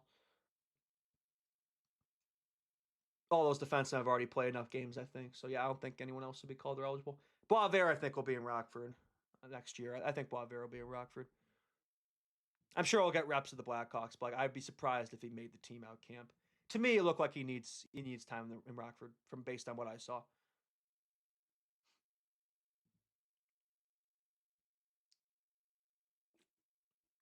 Van Acker too. Like I think Van Acker, he might get some games at the end of the year, but I think he'll play most of the year in Rockford. Spellacy, he'll probably make the jump to Rockford next year too. Rockford should be pretty good next year, honestly. And the more I think about it, it's like they'll have a good chunk of guys coming in, which they need. They were terrible this year. They need some reinforcements there.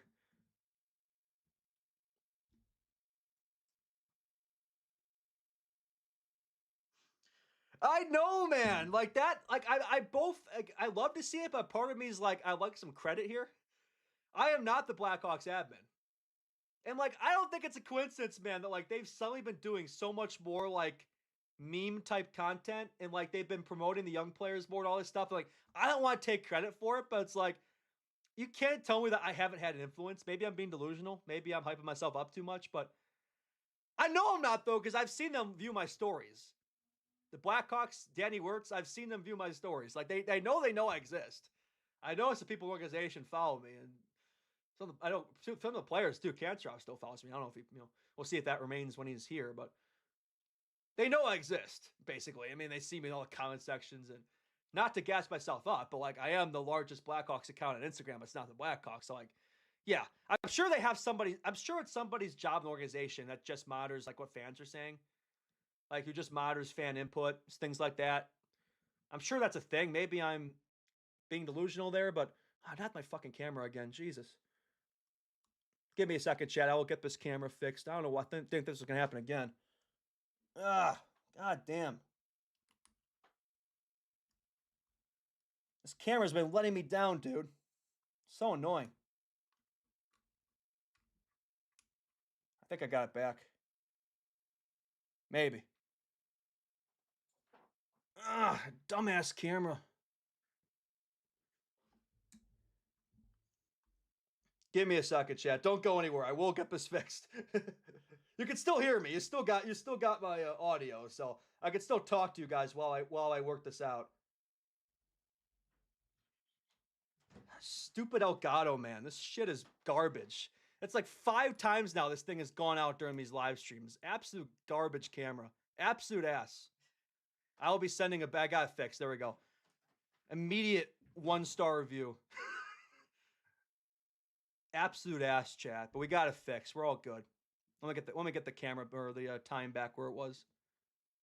Okay. I think we're back now. The clock is back. We're all good. We're all good here. That is so annoying, though. I thought I had the problem fixed. I guess not.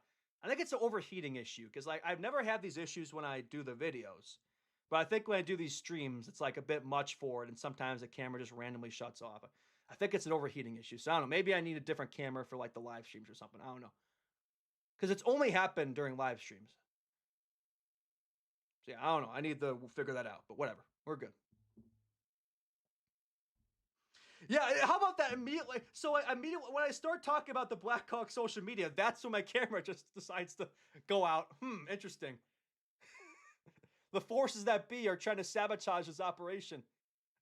These are the facts they don't want you to know, chat. Ugh.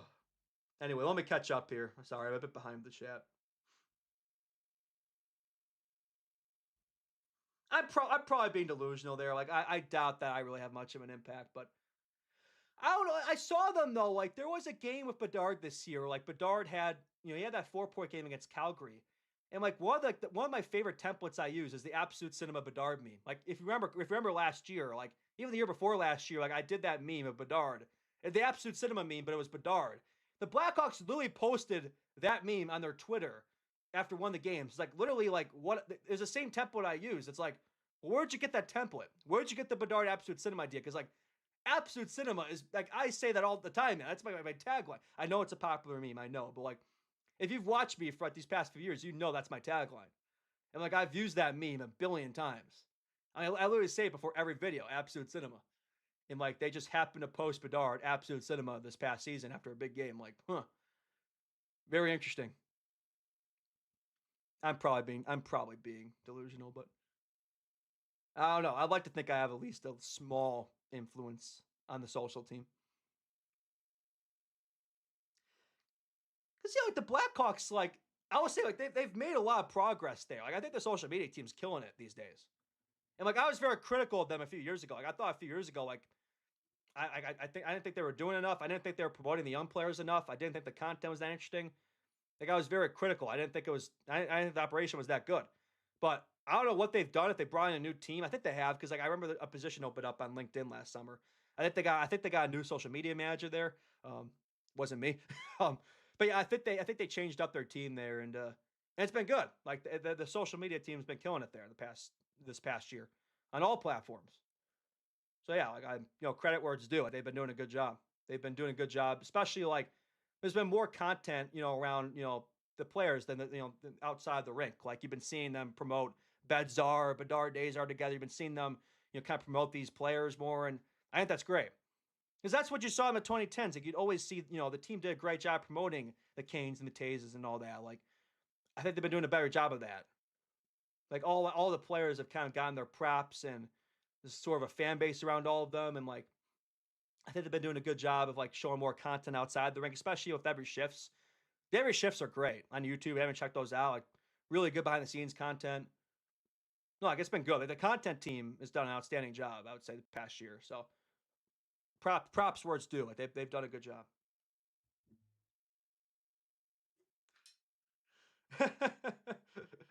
I won't comment on that. I will neither confirm nor deny.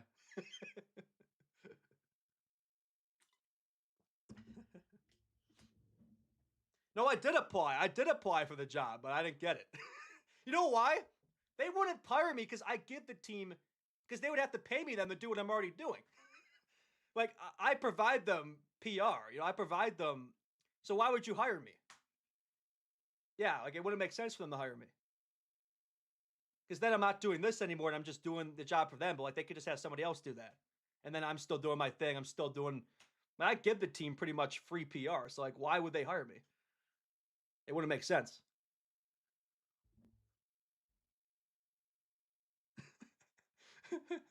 I won't say which comment I'm alluding to. You can probably figure it out. Anyway, second period, about midway through the period, Carolina up 1-0.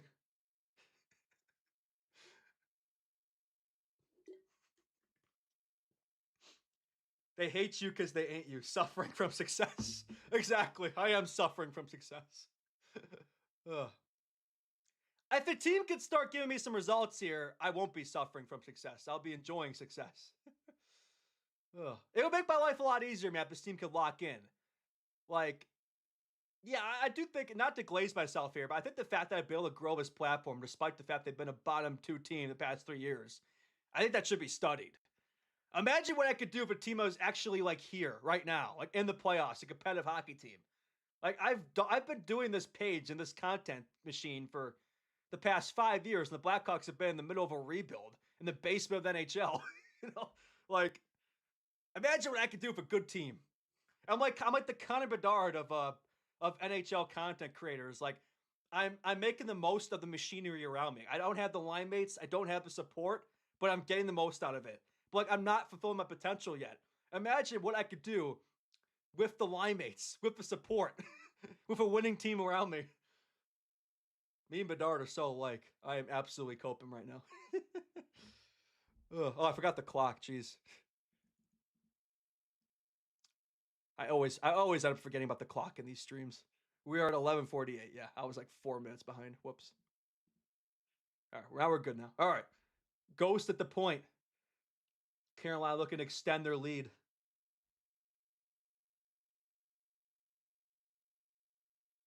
I know that's funny too. Yeah, the best hockey meme pages are the ones of the shitty teams. Yeah, because I think like people enjoy like how do I put this? I think people enjoy like content around like because it's hard to watch a team that's bad, right? But like if you can find a way to like make like funny light out of it, make comedy out of it, kind of get a laugh out of it, I think people enjoy that. That's kind of what I was able to do during the tank era, right? Like especially like that 2022, 2023 season, like my page was like celebrating losses because like I wanted the team to lose because of Bedard, right? So it's like it's a way to like kind of like lose in a fun way. That sounds so like maybe that's not a good way to put it, but it's like there's a way to it's a kind of a way to make watching a bad team enjoyable, you know? Because yeah, it gets kind of depressing. We're just watching this team lose all the time and being like a negative Debbie Downer. But it's like if you could kind of like phrase in a way where it's like yeah, like maybe we may suck ass right now, but it's like look at how it's going to lead to a strong team in the future. Like you kind of find a way to cope it and frame it in a way, in a positive.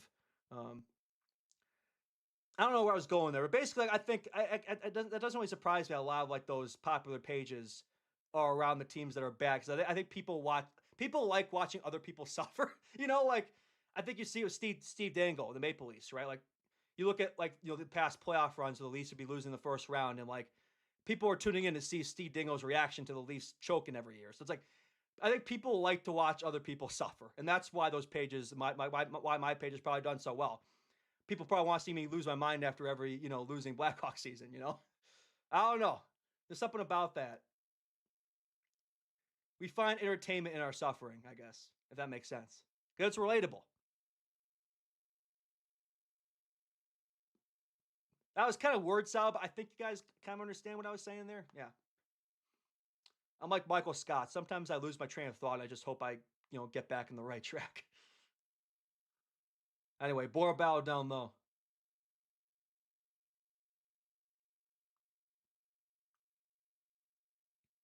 Jordan Stahl to the point. Slavin back to Stahl. Stahl back to the point. Slavin. Canes possessing the puck here. Let's get some shots here.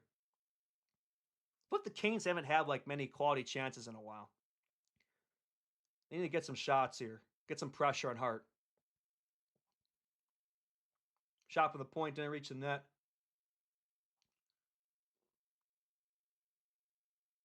This is good though. They're getting some sustained ozone time here. It's time where Vegas doesn't have the puck, so you'll take this if you're Carolina. Bergie. Bergie's in the chat. Let's go. Absolute cinema. I didn't understand any of that. To be fair, I didn't understand it either. I didn't even know where I was going with that. I thought I had a point, but then I just completely lost the point. I lost the plot. I thought I was cooking, but I lost it.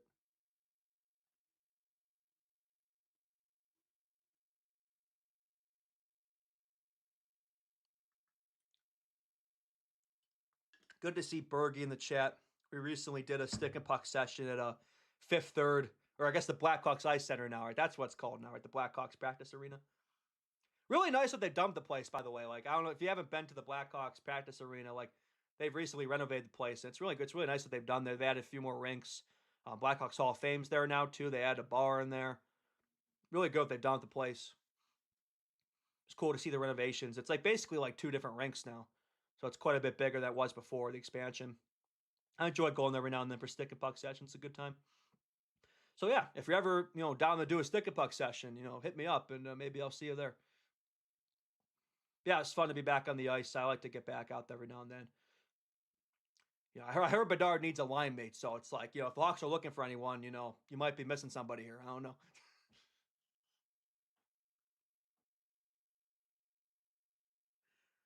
I wish the Hawks still had Matthew Highmore. He'd really elevate Bedard. Matthew Highmore, what an absolute pull that is. Oh my goodness, that's a COVID Blackhawks legend. There are so many random players in that 20. Let me go through this roster right now.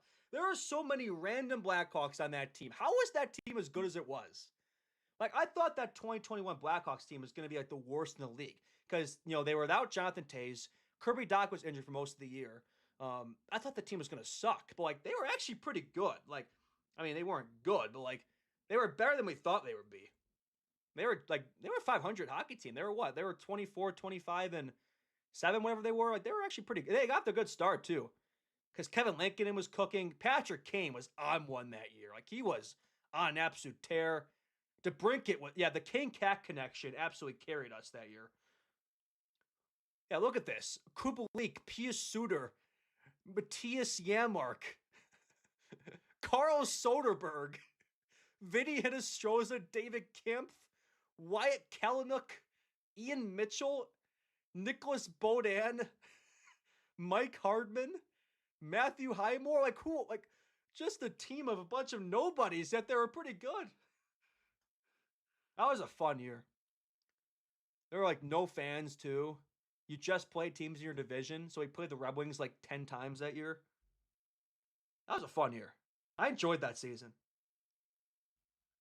I thought that was going to be a playoff team that year. Yeah, they kind of fell off in the second half. Like, I remember like the first part of that season, like they were like a playoff team. Like, I thought the rebuild was over. Like, holy shit, we're back.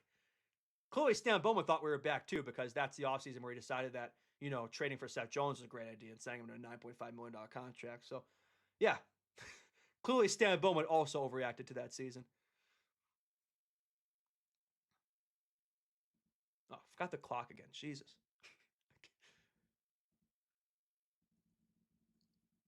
That was a fever dream team. Yeah, that 2021 COVID Blackhawks were an absolute fever dream.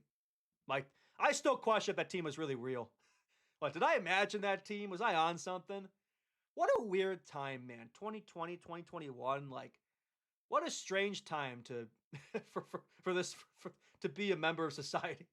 The pandemic, really, that was just an odd time, dude. That was a really odd time.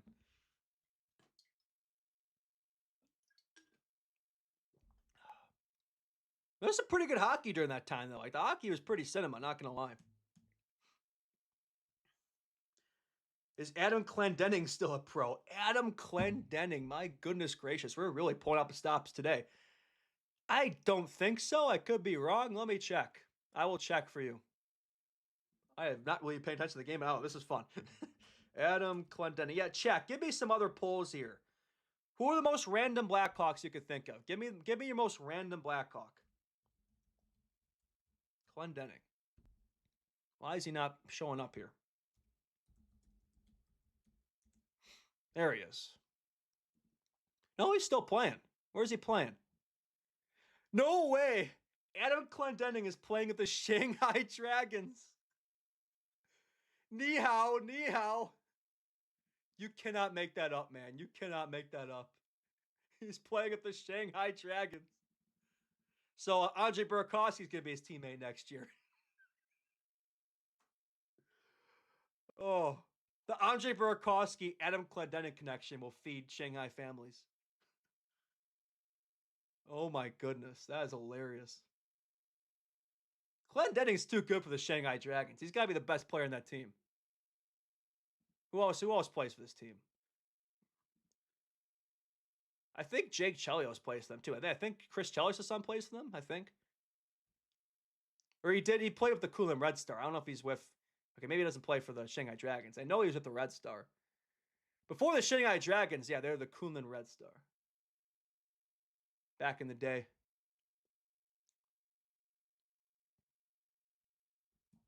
Yeah. Andre Burakovsky, future Shanghai Dragons legend. Hope they buy him out, man. Hope we don't have to watch that guy in next year's Blackhawks. I'm a little worried about that. He still has a year left on his contract. I'm assuming we either move him or buy him out. But I don't know. We'll see.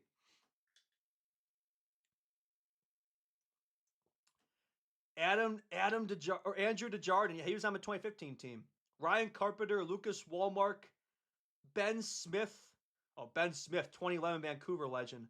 Mark McNeil. Jordan Tutu. Brendan Perlini. Oh, Brendan Perlini has a YouTube channel. He's a YouTuber just like me. Good channel, too. He's had some good content.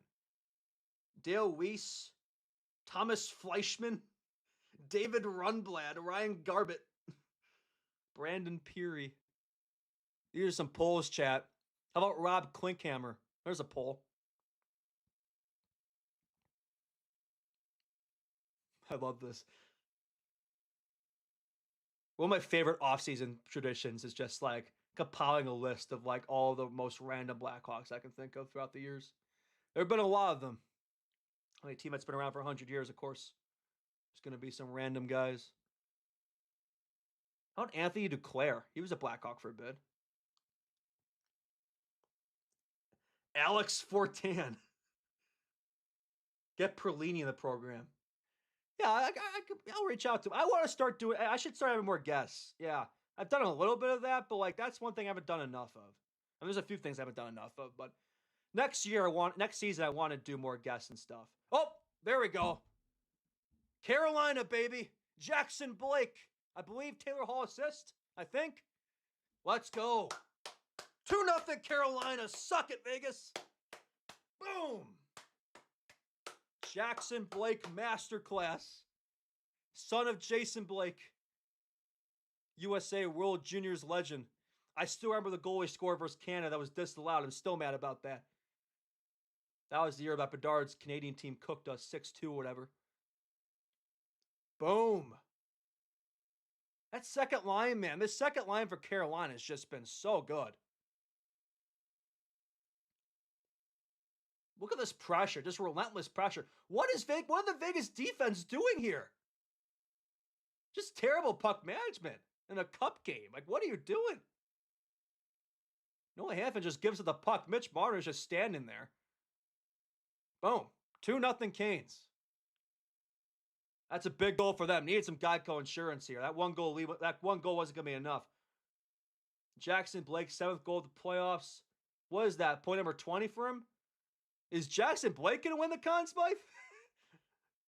It feels like it's between him and Taylor Hall. Really, anyone that second line. Between Stanko and Blake Hall, I feel like it's going to be one of those three. Game's not over yet, but I think it's looking pretty good. But yeah, like this second line, man, jeez. It's been their first line pretty much. Big goal for Carolina. And a period where they haven't really got much going either. You know, it's been kind of a quiet period, but they've definitely been getting going here late. And another puck best, Carter Hart. Oh, they almost had another one there. Aho, nearly. Carter Hart disaster class in progress.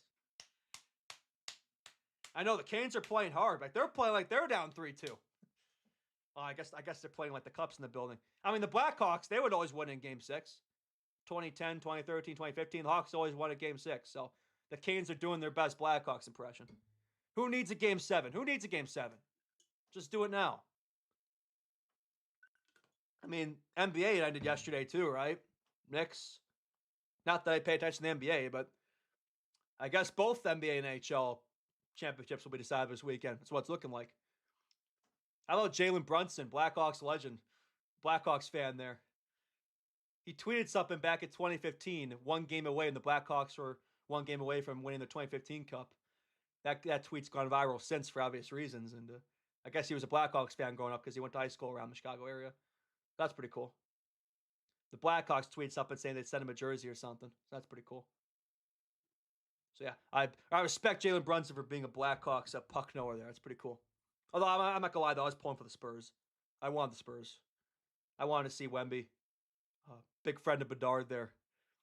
That's still one of the funniest moments when Wemby and Bedard collaborated that one year, and just seeing Bedard standing next to Wemby and just paling in comparison. Wemby's like 2 feet taller than him. It's just towering over him. It's pretty funny. Stevenson, man. Yeah, you love to see the Carter Hart disaster class. Need 2 more to have another 4-goal game, right? You know who's owned Carter Hart so far? Bedard. How about, I still think the nicest goal Bedard scored all year is that December goal. Like, he opened up time and space out of nothing. Forehand, like backhand, forehand move, goes top cheese on Hart. Absolute snipe job. And the celly he did afterward, oh. And how about that shootout goal, too? He had like 3 moves in one. He did like the Datsuk, he did the Crosby kick, the Kane slowdown, and then the Datsuki and Forsberg move all in one go. Just absolutely undressed Carter Hart. Like Connor Bedard would not let him get this far. He loves owning Carter Hart. Anyway, less than 6 minutes left in the frame here. I think that's one of the nicest goals. Yeah, I think that was the nicest goal this year. I mean, Bedard scored a lot of nice goals this year, but that goal he had in December in Vegas, oh, that was right before his injury, unfortunately. That kind of derailed his year. I mean, he was cooking, man. Bedard was, my God, October through November 2025, early December Bedard, man. Oh my goodness. I want to see that Bedard back next year. I want to see first half Bedard back next year. Pre-shoulder injury Bedard. He was him. I want that back, man. We need to end these Celebrini debates, man. I'm sick of being on the opposite end of it. We need to push back. Sharks, too. Like, I'm sick of being the cucks there. We need to change this dialogue, man. We need to change this dialogue. Starting next season, man. We need to swing it back in our direction. The Canes are keeping the pressure on. Nikolai Ehlers nearly have one. Big chance for Ehlers. And Vegas has nothing. And it's all Carolina right now. They're playing so much harder. Vegas is just turning the puck over left and right. Like, Vegas, like, dude, this is your season. Vegas is not playing like this is a Stanley Cup final game. Like, they're totally out of sorts right now. Carolina's just completely dominating them. This reminds me of 2015 Game 6 versus Tampa. You could tell that game with the Hawks. Like, you could tell from puck drop that was their cup to lose. Long way to go here, but Vegas hasn't shown me anything right now. They're not playing like they want it.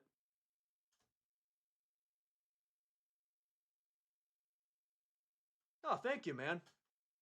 Thanks for the shout there. I appreciate it. No, I'm going to keep it going. I'm enjoying this. I will absolutely keep it going. It's been a good first year doing this. I guess second year including Chicago Hockey Radio. First year doing it independent on my own, and I've enjoyed it. I'm looking forward to keeping it up, keep growing it. It's been a good time. I want to do more of this. Like, I've been experimenting with these live streams during the Cup, and I want to do more of this type of content. You know, more live streams in the future. Maybe I'll do some Blackhawks games next year. That'd be fun. But yeah, it's been a good time. It's nice to kind of talk with chat, kind of establish that community, that camaraderie. Yeah, it's been a good time. I'm glad I've done this. Definitely want to do more of it. I think it's been pretty enjoyable, and definitely will do more of it in the future.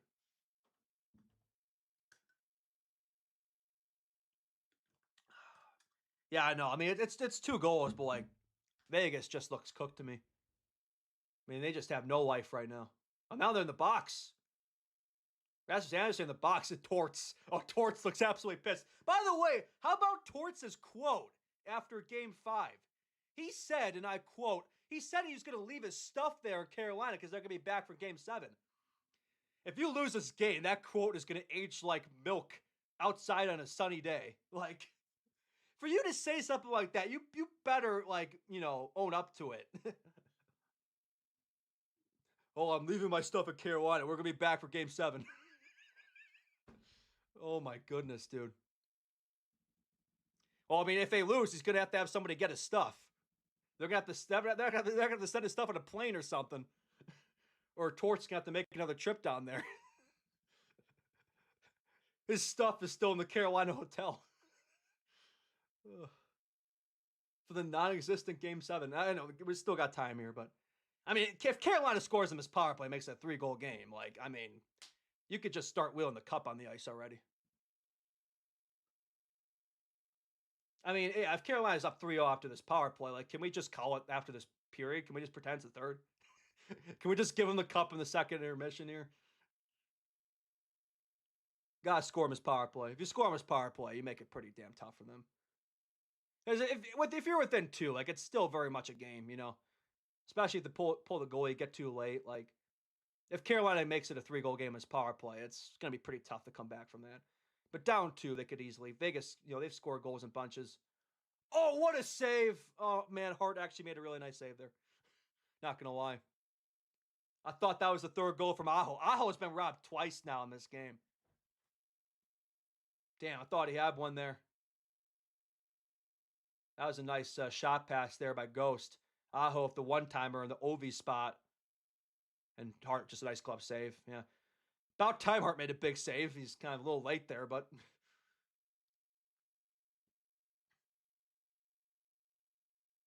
I have to give him credit where it's due, unfortunately, but, hopefully Carolina can still get one here in the power play. And yeah. Anyway.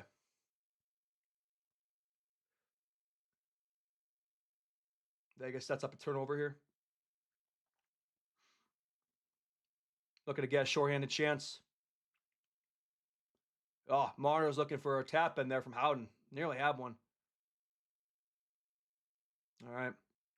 Halsey gets the puck back for Carolina, looking to break this in. Clock, damn. Oh, here we go. Gotta take the shot there. One too many passes for Carolina. Probably take the shot there. Be a bit selfish. About 30 seconds left in the paper. Yeah, I know. That's it. The game's not over till it's over. I mean, Vegas can easily score a couple goals in bunches. They have the talent. They've had a lot of comebacks too. So, long way to go here. Especially if it's, 2 goals. They do say the 2-goal lead is most dangerous league in hockey. So, this isn't over, but I do think if you're Carolina, you're in a pretty good position here. Because these cup games, especially as the series develops, like, goals become very hard to come by. The games become very defensive. I mean, look at this game. Shots are 16-14. Like, you just don't get a lot of shots. You don't get a lot of chance opportunities. So at this point, these teams, like, they have the tape. They play each other 5 games, six times. So they know each other very well. You get a multi-goal lead this late in the series. It's tough to come back from that, especially late. But we'll see. We'll see if they have something left up their sleeve. Big kill, though. If they could kill us off, though, that's big. That could be a momentum booster for them getting a kill here. Keeping it a 2-goal game going into the second intermission. You're down 2 in home ice. Like, you could easily... They still got a lot. There's still a lot of hockey time left here. Still a lot of time left. And they do get the kill. They needed that. Because if Carolina scored on that power play, you could pretty much, start the bus. But it's a big kill for Vegas. We'll see if that gives them any life. It's at the end of the period, so 30 seconds left. Maybe time for a break here. Time for one more good chance, maybe.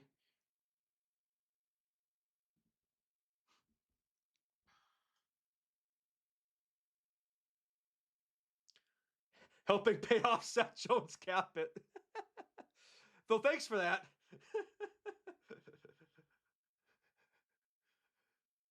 You should have done a 9.5. I'm just joking. Thank you, Eric. Thank you. You're only 9.4.9 million short.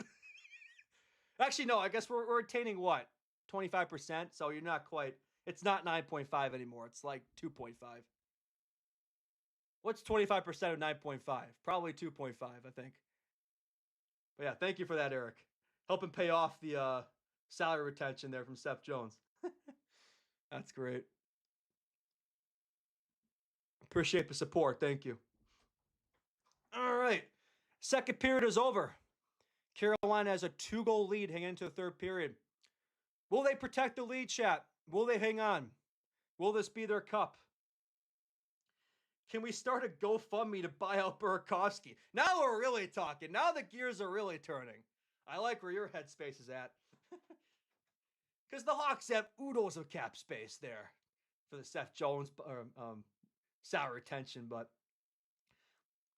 the Burakovsky buyout might cost us more than that. What would that cost? I think $3 million. I think because Burakovsky has a $5.5 million contract, but like the buyout penalty wouldn't be that much. It'd be a fraction of it. What was TJ Brody's? Not as rich as that. Yeah, I don't know what it would cost. I think $3 million over the next season or so. Thankfully, it's only a 1-year contract, so yeah.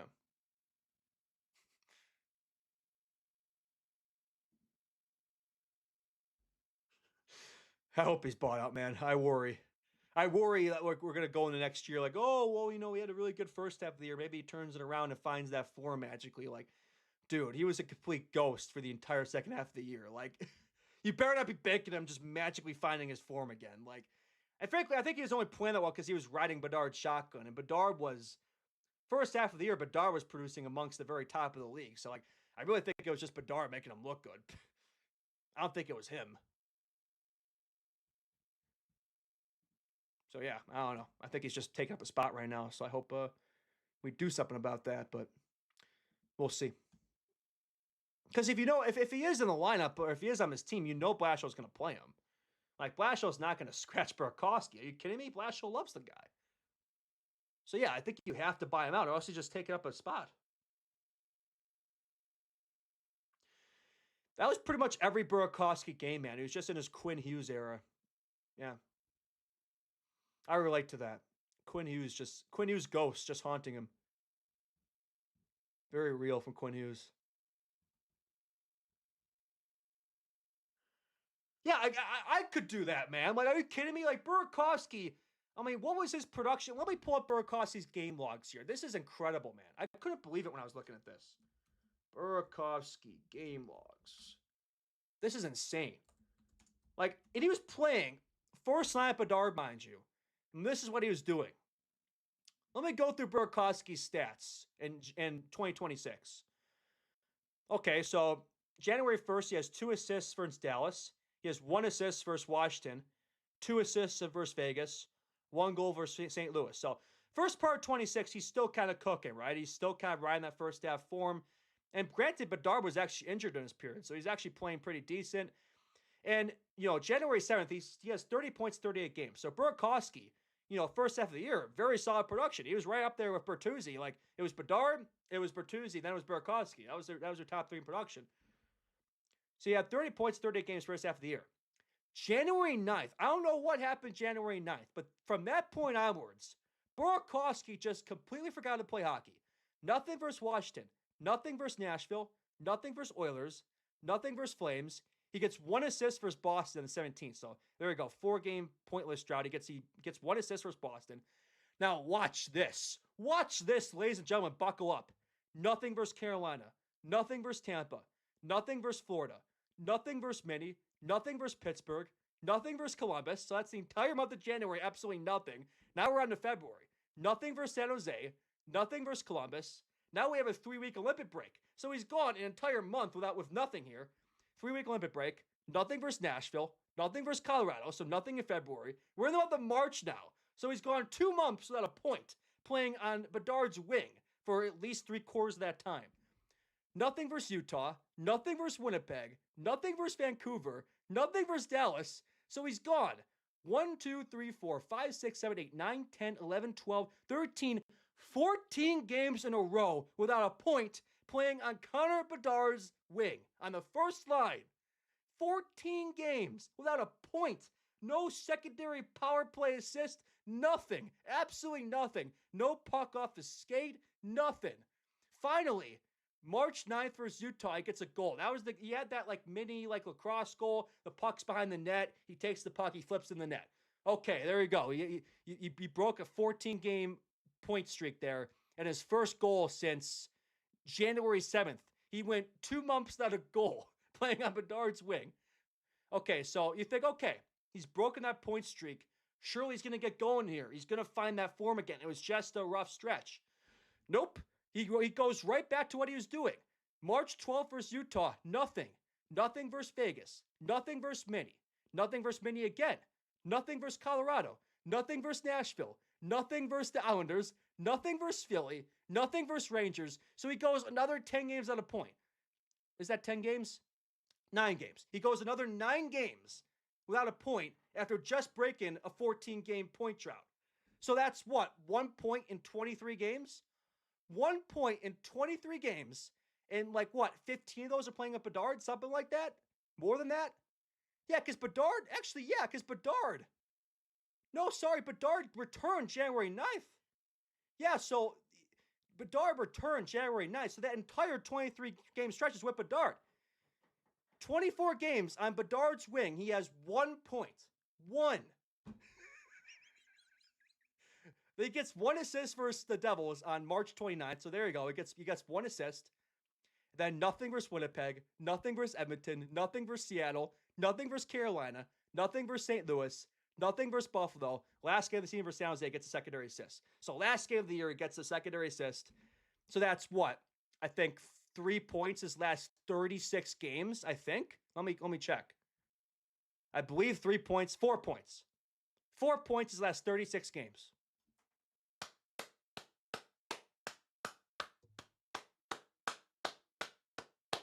And I think 25 of those are playing at Bedard.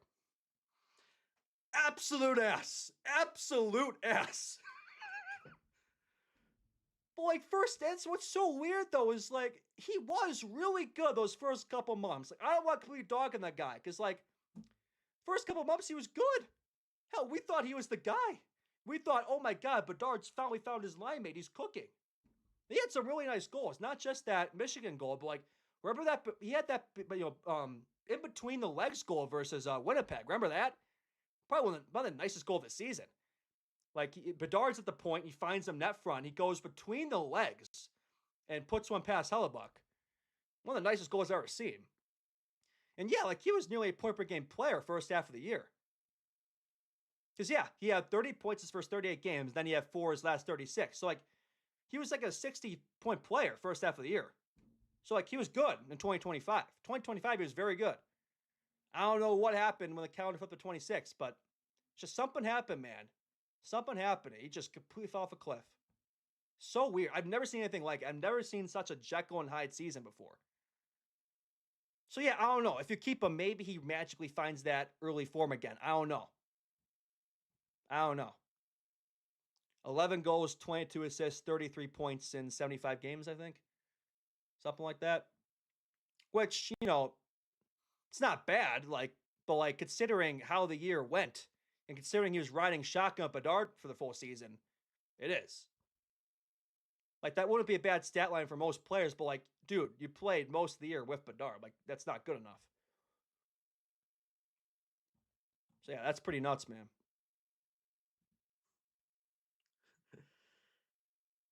Downfall of Burakovsky needs to be studied like the Spurs. Yeah, what happened to the Spurs, man? Disappointing. I thought it was going to be a good series. I thought it was going to be a close series. How did that only go 5? I mean, the Knicks kind of manhandled them, and now New York's going to, even though they won, New York's looking like 2011 Vancouver right now. Like, you guys won. Why are you doing this?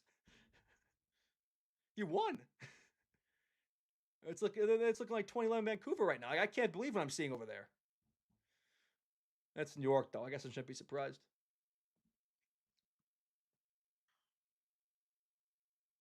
Hockey terrorist. Yeah, I literally think if you put me on Bedard's wing for those games that Burakovsky is there, I bet you I can emulate his production. I don't even think that's crazy to say. I don't think that's crazy to say that I could find I'll stand in front of the net. I'll be Bertuzzi, man. I'll stand in front of the net and I'll get some backdoor tapping. I bet you I could produce as much as Burakovsky did. Doing nothing. Doing literally nothing.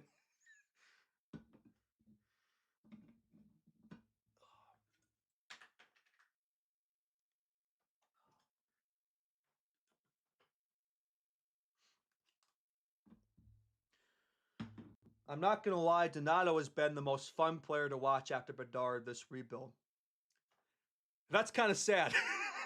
Like, no offense, that's no disrespect to Ryan Donato, but if Ryan Donato is your most fun player to watch after Bedard, oh boy. I would say not last year. I would say the year before, yeah. Because Donato was cooking in 24-25. Last year, though, he didn't play with Bedard much last year. That's why his production fell off. Donato kind of, Blashill kind of put Donato back in his usual bottom six role. He played mostly third line minutes last year. He wasn't in the top six very much. Donato was Bedard's most consistent line mate, his sophomore year when that was a year two where Bedard had different line mates pretty much every game, but Donato was the one guy who was up there pretty consistently, and that was the year he went on a bit of a PDO bender, 31 goals. He was shooting like 15% that year or something. Like, it was a good year, but you knew he wasn't going to do it again. You knew he was going to regress. And yeah, this year was like half that. It was like 15 goals, 30 points. It was about half the production from the previous year, but it was still as good as his year one production, though. His year one production, he had 12 goals, 18 assists. Year two, 31 goals, 31 assists. Year three was back to year one, 15 goals, 15 assists. Donato's typically been a bottom six guy, so like the way he played this year is mostly the way he's played for the majority of his career. That one season was an outlier. Like, that was an outlier season, contract year. He was playing with Bedard. He was shooting 15, 20%. Like, you knew he was going to do that again, But no, I think he's still a effective player. Like, I'm happy he's here. I think he's a good veteran guy, good work ethic, good defensively, provides some physicality. His team doesn't have much physicality. He's a versatile guy, can play him anywhere. I like Donato. I have nothing bad to say about Ryan Donato.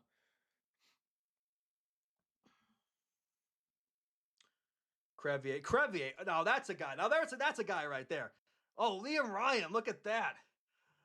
Thank you, Liam Ryan. Biak Beam sings Chelsea Dagger at 100. Oh, man. Yeah, I don't know, man. Not sure my Chelsea Dagger rendition would be. I know Jim Nielsen. Thank you, Liam. I appreciate that, man. I appreciate that. Thank you. Thank you, man. I'll consider a Chelsea Dagger. Yeah, maybe I'll do a Chelsea Dagger karaoke sometime. That'd be good content. Yeah. Oh, for 100 I would. Not for 5. But I appreciate that, man.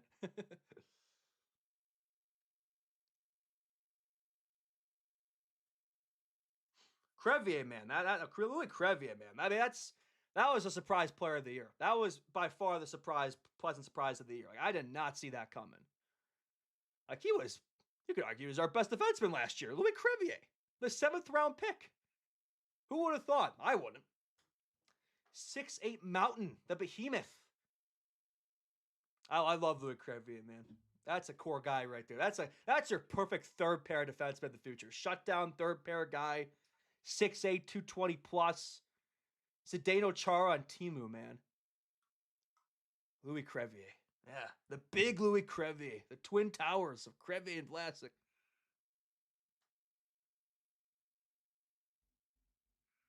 He was great. Dude, how long has this intermission been? I swear. These intermissions take forever. I should clip that Burakovsky slander. That would make a good clip. That Burakovsky, that was fun.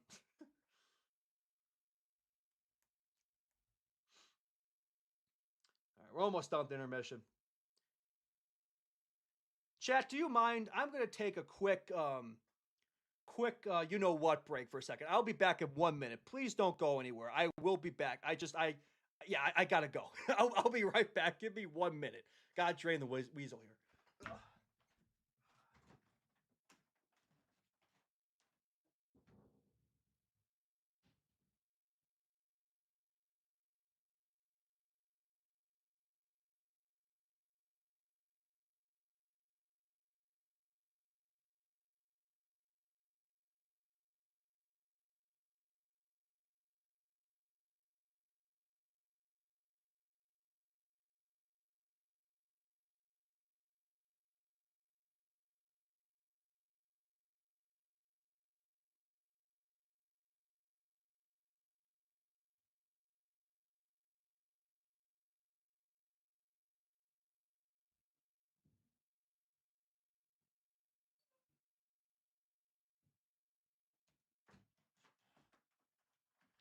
I am back.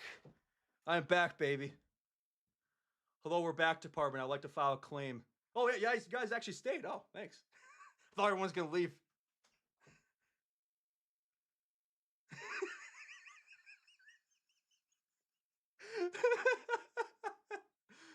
Oh, it's been a fun. This has been a fun stream. Oh, it's been fun. Been a good game too. Hopefully Carolina can finish the deal here. Oh boy.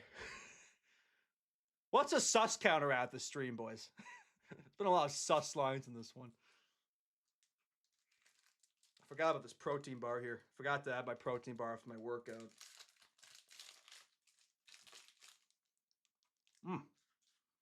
I'll try to chew in the mic. I got my protein fixing, guys.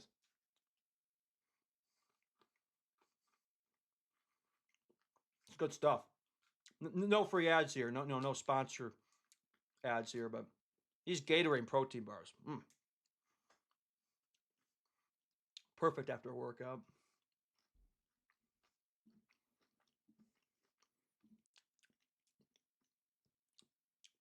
How are we doing, chap? Do we think Carolina hangs on here? I think they do.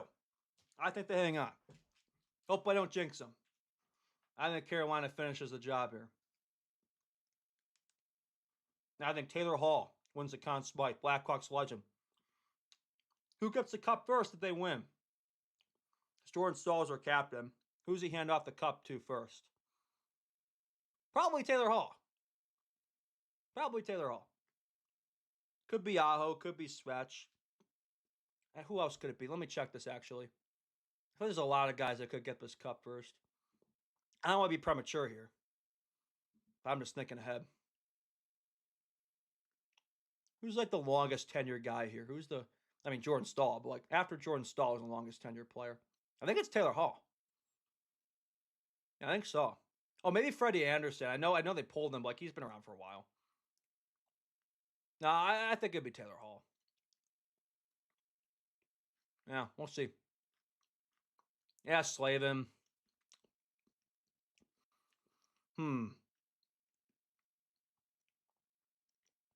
Anyway, we got a long way to go before that happens. We got a long way to go. Let's finish this. 20 more minutes. 20 more minutes, Carolina. 20 more minutes. Let us oust Vegas once and for all. Only one team can prevent multiple Vegas Cups. That's Carolina.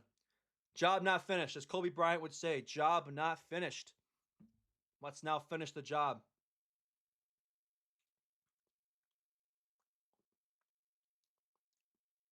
Well, Stahl's the captain, so he will get the cup first. But like, who will he hand it off to is the question. All right. Third period is about to be underway. About to drop the puck here. The puck has been dropped. Carolina wins the draw and dumps it in. All right. Now or never for Vegas. Now or never for Vegas. This is the season.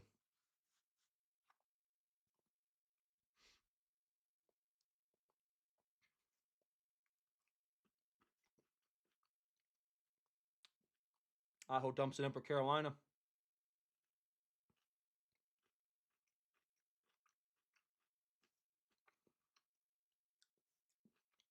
You meant Hall, yeah. Stahl, Hall, similar names. Is Owen Power and trade rumors? If yes, I'd trade Renzel, but 2 firsts next year for him. 2 firsts. 2 firsts of Renzel for Owen Power? Who's that first? That's Edmonton's first, right? Is that Edmonton or Florida's? Because our Florida first was supposed to be this year and it transferred to next year. Which sucks. Like, that could have been a top 10 pick, man. That Florida pick could have been top 10. Like, we could have got like a V.O. Bjork there or something. Ridiculous. Ridiculous that we learned that top 10 protection a year later, man. Absolute joke. I still love a trade, Got rid of Seth Jones, got Spencer Knight, still works out, but like that first round pick should be this year. It's kind of ridiculous that we learned it a year after the fact that, actually they had top 10 protection. Like, Why didn't we learn that? Why didn't we hear that last year? Like, I don't know. It's really, really weird. Let me think about. I mean, I like Owen Power. I think Renzel is gonna be a very good defenseman. 2 first-round picks and Renzel for Owen Power. Do we think Owen Power has that kind of? I mean, the first overall pick. Do we think it could be that kind of top defenseman like a Rasmus Dahlin? Because yeah, Buffalo, it's like they have Dahlin, they have Power, they have Byram, they have Samuelson. Like they have so many guys there where it's like I could see one of those defensemen being on the move. I've always liked Bowen Byram a lot. That was the guy I wanted back in 2019 when we had the third overall pick that year. I wanted Bowen Byram, but Stan Bowman selected Kirby Dach with that pick. Yeah. Yeah, I do wonder if that, man. I do feel like between one of Renzel or Artie, I could see one of them being moved. I think it'd be more likely to be Renzel because there's no way Davidson would move Artie. Like, that would just not be a good look at all. He's young. He's a second overall pick, 2024 draft pick. But it's like, you pick this guy over Ivan Demidov, and like, if you were to trade him after the fact, like, you would look really silly.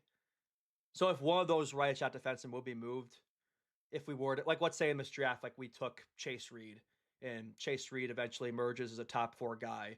Well, you can't have 3 top 4 guys back there, so it's like you got to move one of them, unless you kept all 3. But like, I don't think that would make sense. Because Creve's back there too, and he's a third pair guy probably. So you probably have to move one of them. I think it'd be more likely to be Renzel. 2022 draft pick. He was selected like 25. Could probably get like today, honestly, bigger return anyway. So I might do a video on that, like looking at untouchables, like who's the core, who are like the young players that like you absolutely should hang on to, who are the ones that you'd be willing to kind of give up in a trade. Yeah, that'd be a good video. I know some people have kind of done that, but I'd do a different take on it. Like a tier list of the current Blackhawks based on how much value they have to the organization. Like tier listing, I guess, their future outlook. I don't know if that makes sense. Like tier listing their security of the team. Like, is this an untouchable asset? Is this a core guy? Is this a trade bait guy? You know what I'm saying? Is this guy probably gonna be moved? Like that type of thing. I might do something like that this week. I think that'd be interesting, especially if this foul is gonna be over soon. So like you're gonna see trade talk stuff picking up. Be interesting to see like what's the trade value of these guys? Maybe start cooking up some hypothetical mock trades for the summer off season.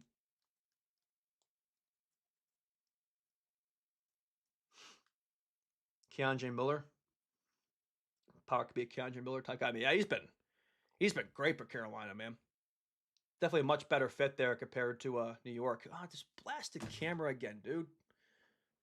Jesus.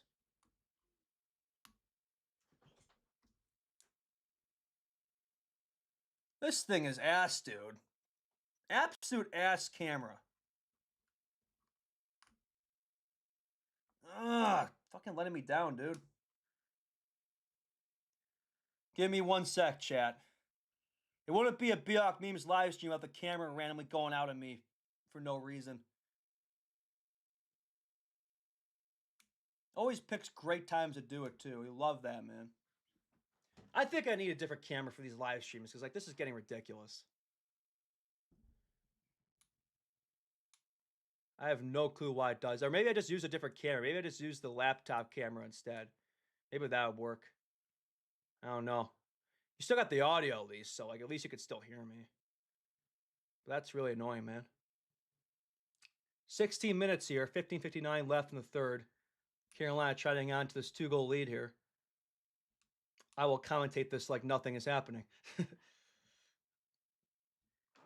We are back. There we go. We're back. Jesus. I think that's happened at least once every. That is so annoying, man. I will eventually get that fixed. If I'm going to live stream more often, obviously I can't have it to where my camera's randomly turning off every stream. So, yeah, I probably need to use a different camera or something for these. I don't know. Anyway, I don't know if this camera's just not powerful enough for the live streams or what it is. I don't know.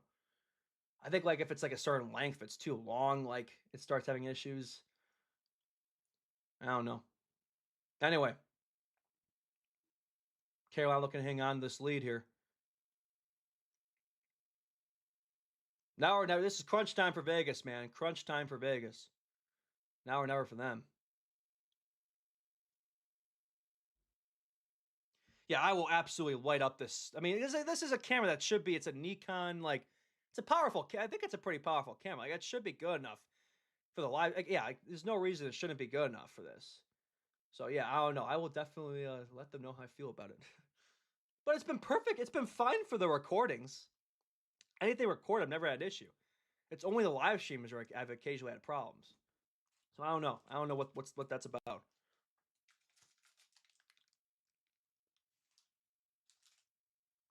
It can't handle the aura. Exactly. It can't handle the aura. Thank you. Damn, the glazing is off the charts here. You guys are glazing me more than I glaze Bedard. The only problem is chat box that kind of covers him. You still see you could see the Bedard frame there, right? I'm gonna give a look at him. See, there's Bedard. See him there? Yeah.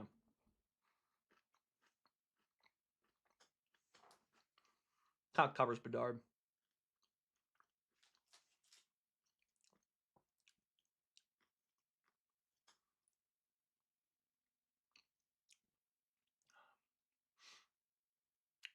This period's flying by, man. How are we already 6 minutes in this? This clock is going faster than Vegas would like it to go. Now, you know why Vegas is losing this game? There's no Brandon Saad out there. If Brandon Saad was playing, Vegas would be winning this game. Terrible lineup decisions by Tortorella. I mean, you have a two-time Stanley Cup champion just sitting in the bench like that. I know he's done nothing this year, but it's Brandon Saad. His aura alone would get Vegas to the board. Just his impact on the bench. Yeah. Oh well, yeah. Well, yeah. I was focused on my camera. Yeah, I will get my clock back sorted. Yeah, thank you.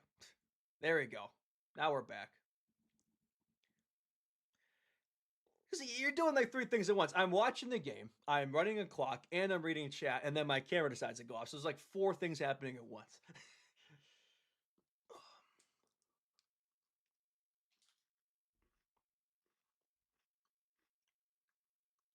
Power, Crevier, Vlasic, Lepshinov. That's a pretty good top four. Yeah, we have three. Oh, yeah, that's right. We have three first next year. Yeah, between Edmonton and Florida. Yeah. Well, in that case, yeah, I'm not. And then doing two first. Okay. I see your logic there. Yeah, I think I'd be willing to do that. Plus, our first next year, if we actually make that jump, shouldn't be another top 5 pick, surely. And like Edmonton, Florida, both those teams I expect to have better. I mean, Florida's not going to have the year they had again. They're going to be healthy next year. They're going to be back in the playoffs. They were without Barkov this year. That's why that pick was even top 10. They had no Barkov. Chuck was out half the year. They had a lot of injuries, a lot of hockey, 3 straight finals. They're going to be healthy again next year. They'll be back. So that's not going to be a high pick. Edmonton, too, I expect them to go on a deeper run next year. Oh, we'll see, though. Unless they hire Babcock, maybe not. I can't. If that actually goes through, man, pray for Alberta. Like Mike Babcock. My goodness. I don't want to hear Landon Dupot's name. I do not want to hear that name. No more tank. No more tank. I can't take another tank. No more. No more. No tank 5.0. I can't, man. No more. I can't do this anymore. I don't care how good he is. I do not care.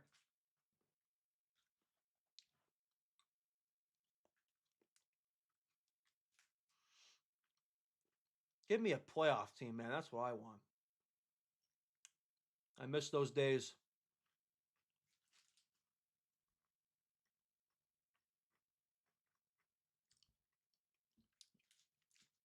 All right.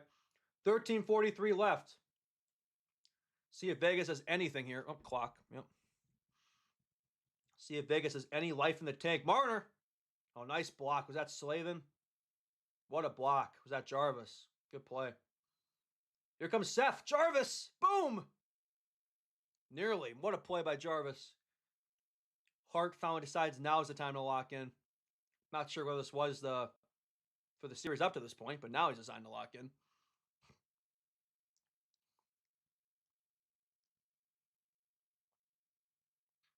"13 minutes left for Carolina. 13 minutes to hold on here."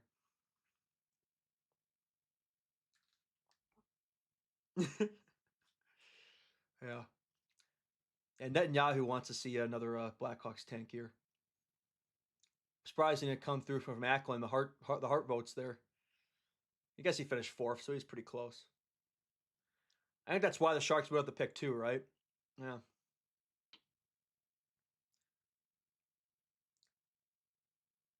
The Sharks' second pick was promised them 3,000 years ago.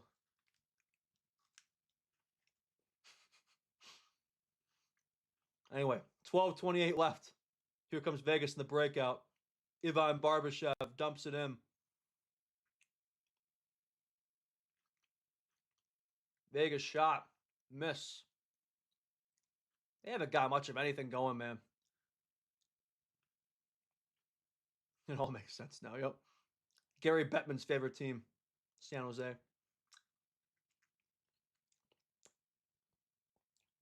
Oh, Stankoven. For the point. Stanky Stankoven. Stank. He turns it over. He sticks to the play, though. Good forecheck. Vegas dumps it out. Will this be icing? What a pathetic effort for Vegas. Like, you would not think this is their season on the line here. Like, man, show some freaking heart here. Like, Carolina's just been far and away the better team here. Let's talk about a tale of two series. Like, I thought the first 3 or 4 games it was all Vegas, but no, switch flip, man.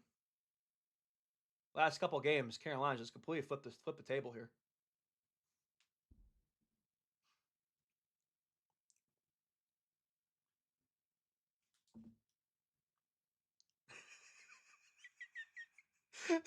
I'm not going to read that, but that's a funny comment.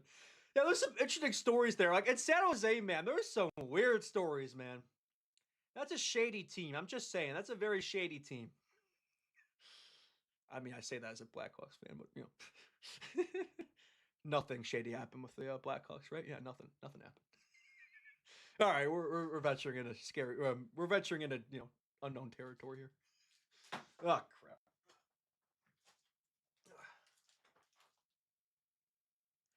I wonder when they're gonna pull Hart for the extra attacker. Oh, we got some time there. We got time. Oh, is that a high stick there? Yeah. The refs catch that? Oh yeah, they did. Vegas power play. Shit.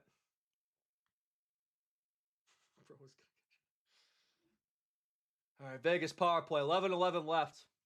I mean, for Vegas, this is a must-score power play. This is a must-score power play for Vegas. Need something here.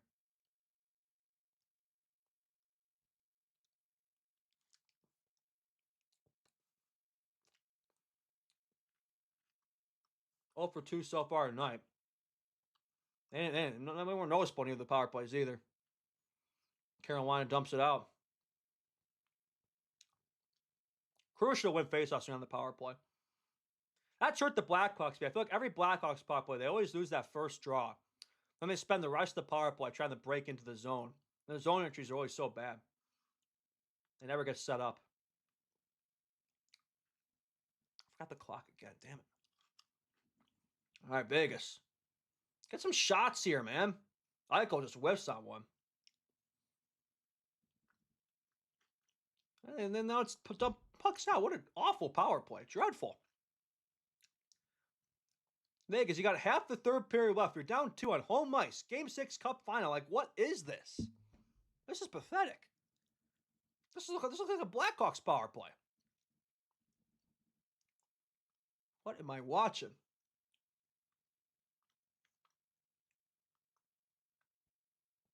Marner. What happened to Marner, man? He went from him, now he's back to being a ghost. This is Maple Leafs Marner. Eichel. Yeah, shot missed from Eichel back at the point. Make a decision here, bud.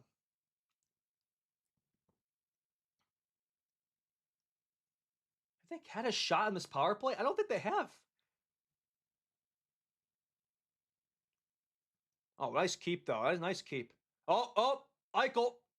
Oh, man. How did they not score there? Is that a crossbar or post? Bussy get a piece of that? I thought Eichel for sure had a goal there. He's stunned. That's the first real chance they've had in this power play. Yeah, Mark Stone. Eichel thinks he has a tap in here. Oh, crossbar. Oh, man. Oh. Damn. That could be the difference right there, folks.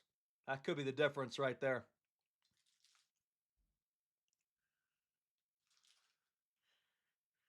The Vegas PDO bender is running out. They used up all their sacrifices in that Colorado sweep. I'm not sure what they did to get that sweep, but clearly the steam is running out of the engine there. Anyway, Carolina's going to get the kill. Good kill. Good kill for Carolina. And Vegas comes up short on the peeper. Back to even strength.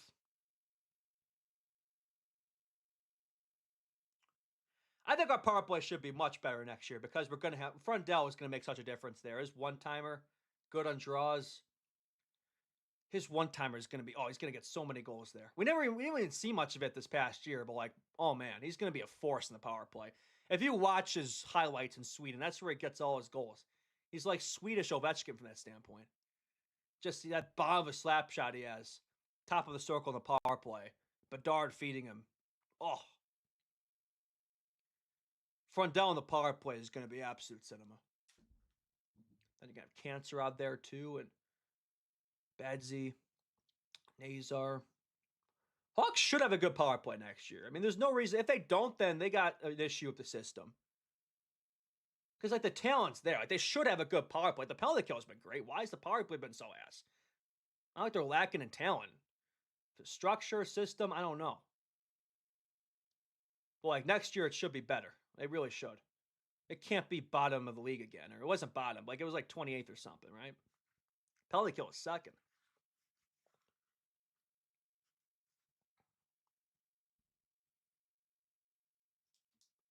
Eichel did the McKinnon. Not quite the same. McKinnon missed a wide open net. Eichel, at least, like, it wasn't a wide open net and, like, he hit the crossbar. McKinnon's was about as bad as you could get.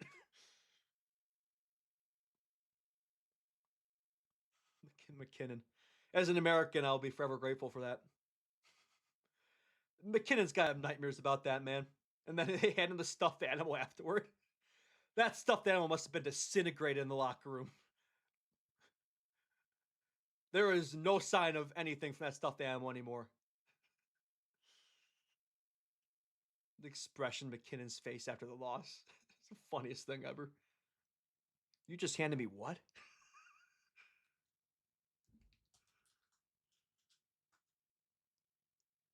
Bussy having an Emery-like run. I see the comp. I would say Darling. I'm not sure how much Emery played in the playoffs. But Darling got some playoff action.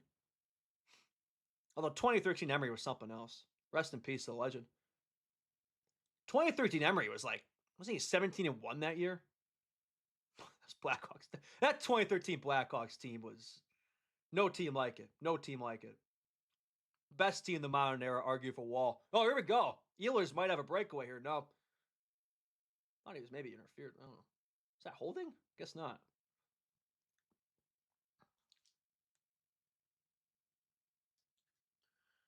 Yeah, I mean, as an American, I'm kind of happy that it's on Bedard. Because I do think if Bedard is in that gold medal game of all the 5-on-3s they had and overtime, if Bedard is on that Canada team, I don't think we win.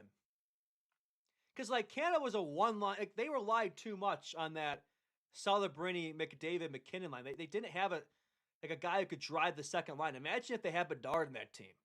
Oh my goodness. Like they were missing him, man. They were missing a guy who could finish and drive that second line.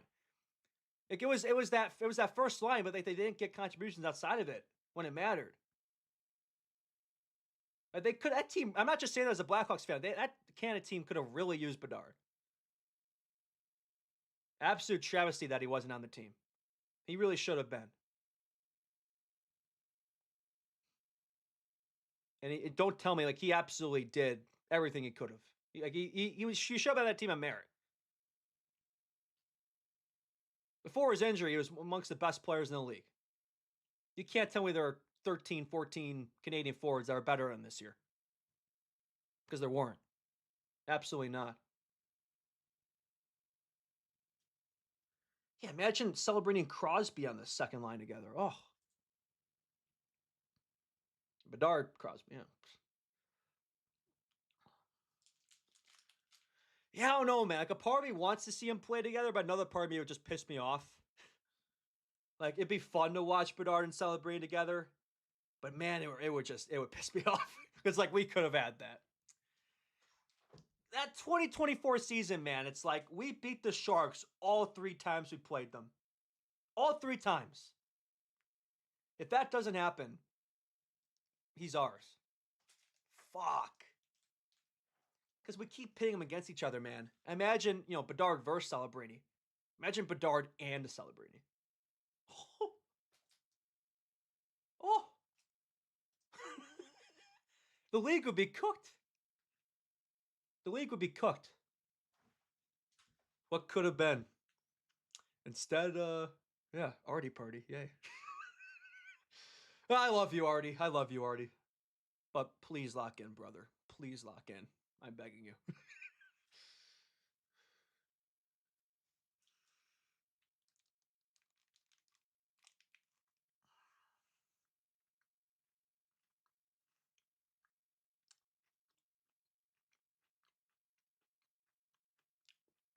I don't know. I mean, Gary rigged the Bedard draft for us.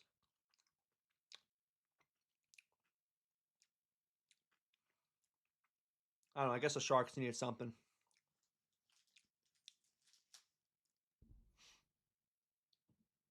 Social media fan base, San Jose Sharks.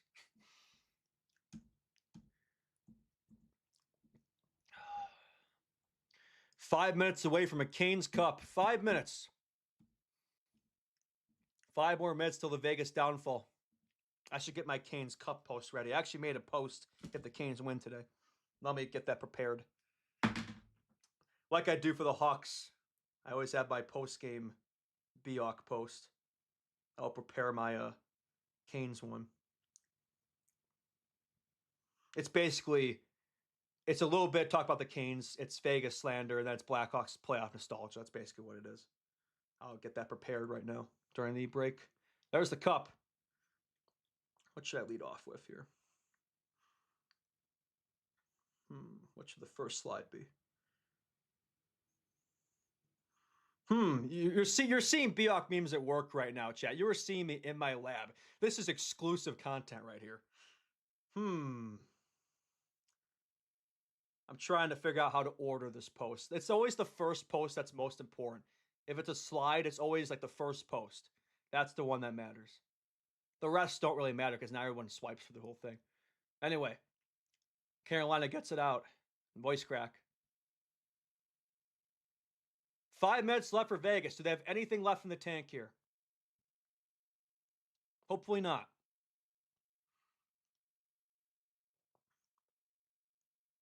Icing, 4:53 left.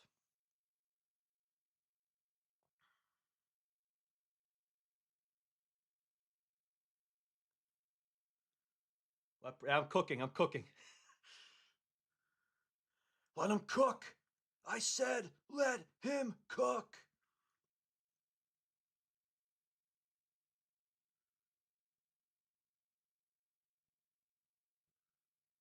This will be you'll enjoy this one. This is a banger post right here.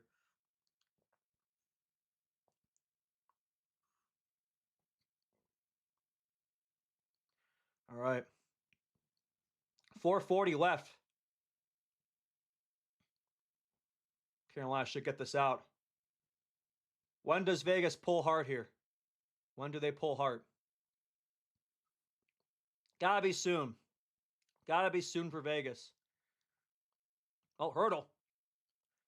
Oh, good clear. Good clear.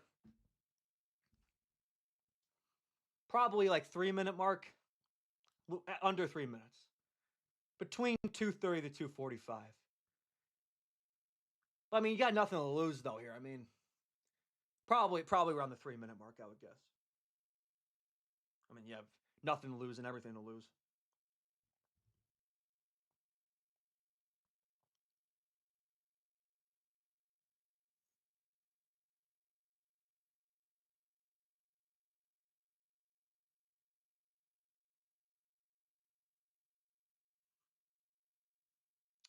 All right, 4:10 left. Ozone draw for Carolina. All right, post is ready, chat. Post is ready. Get back locked into the game. 4 minutes left. Does Vegas have anything left here?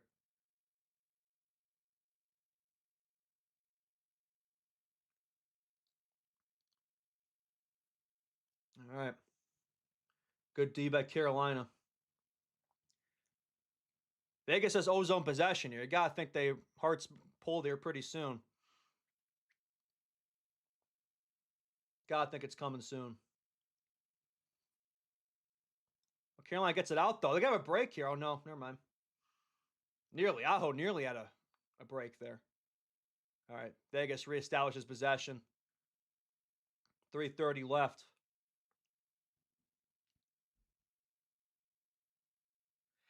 Yeah, the stuff that gives me 2015 vibes here. 2-0. Yeah. Just like Hawks Tampa 2015. Game 6. Yeah. Hart pulled. Here we go. Here he goes. Here goes Hart. All right. I thought they're gonna blow a whistle. No, puck's still out there. Oh, good block right here. No.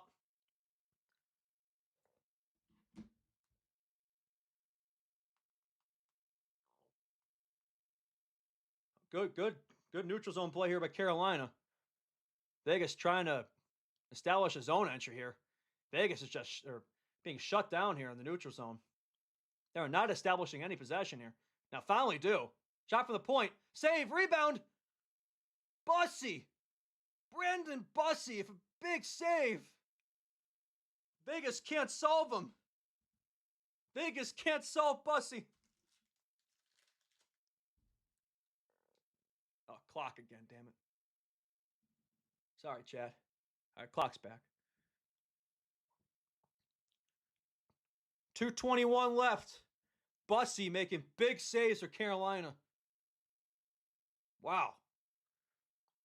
Vegas is really pressuring now. I thought Hurdle, man, it's a bit more elevation on that, man.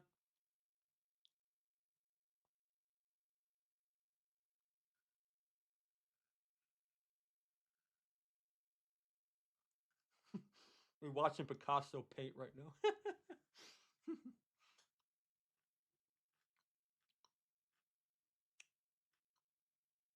Post it prematurely and be the first to report it.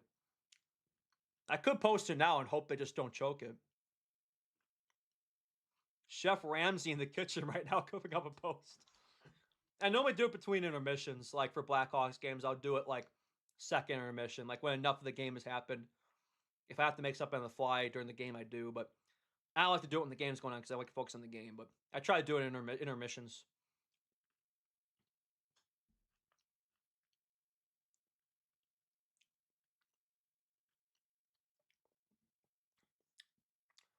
Nearly there for Carolina. Nearly there.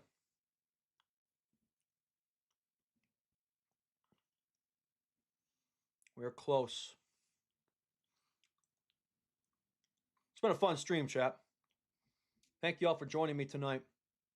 I'll stick around for a bit too, during like the if Carolina does hold on here, like I'll just stick around for like the I don't know for the entire cup celebration, but for a decent chunk of it.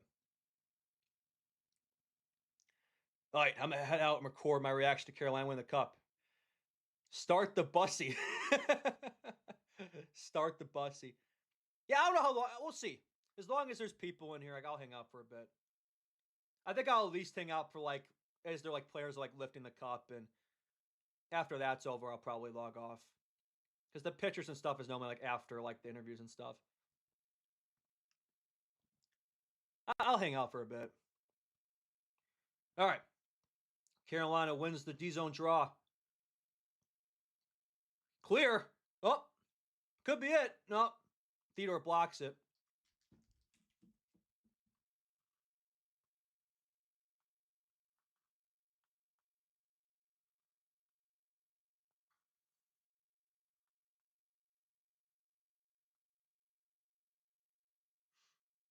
All right. Ozone draw for Vegas. 2:14 left.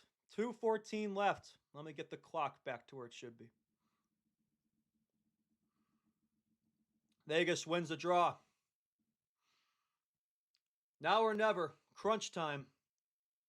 Shot from the point. Does not hit the net. Marner. Down low. Hurdle pressuring down low. Back to Eichel. Oh, what a save. I thought Stone had a tap in there. How did Bussy keep that out? Bussy has been phenomenal in this game, by the way. Absolutely phenomenal goaltending. Another chance for Vegas. How are they not burying one here? It's a shooting gallery down there. Bussy is locking it down. Oh, nice block. Who was that? Jarvis gets it out. Will this be icing? It should be. 1:25 left.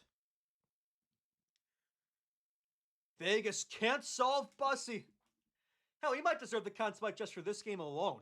I mean, potential shutout in a Game 6 winner. Were the Hawks the last team to do that? This is literally 2015 Game 6, except Carolina's on the road. We were at home. But like, it's the exact same game. Similar. And Vegas will call a timeout here. 1:25 left to get 2.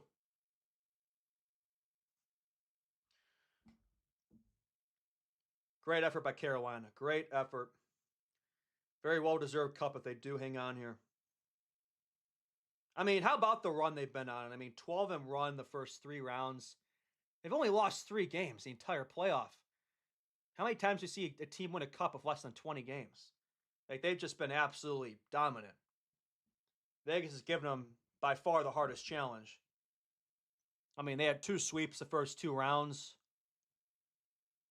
5 games versus Montreal, but like a big reason why was the fact that they were off for like 2 weeks between rounds 2 and 3. So biggest reason why Montreal won that first game. After that, Canes won 4 straight. It was easy.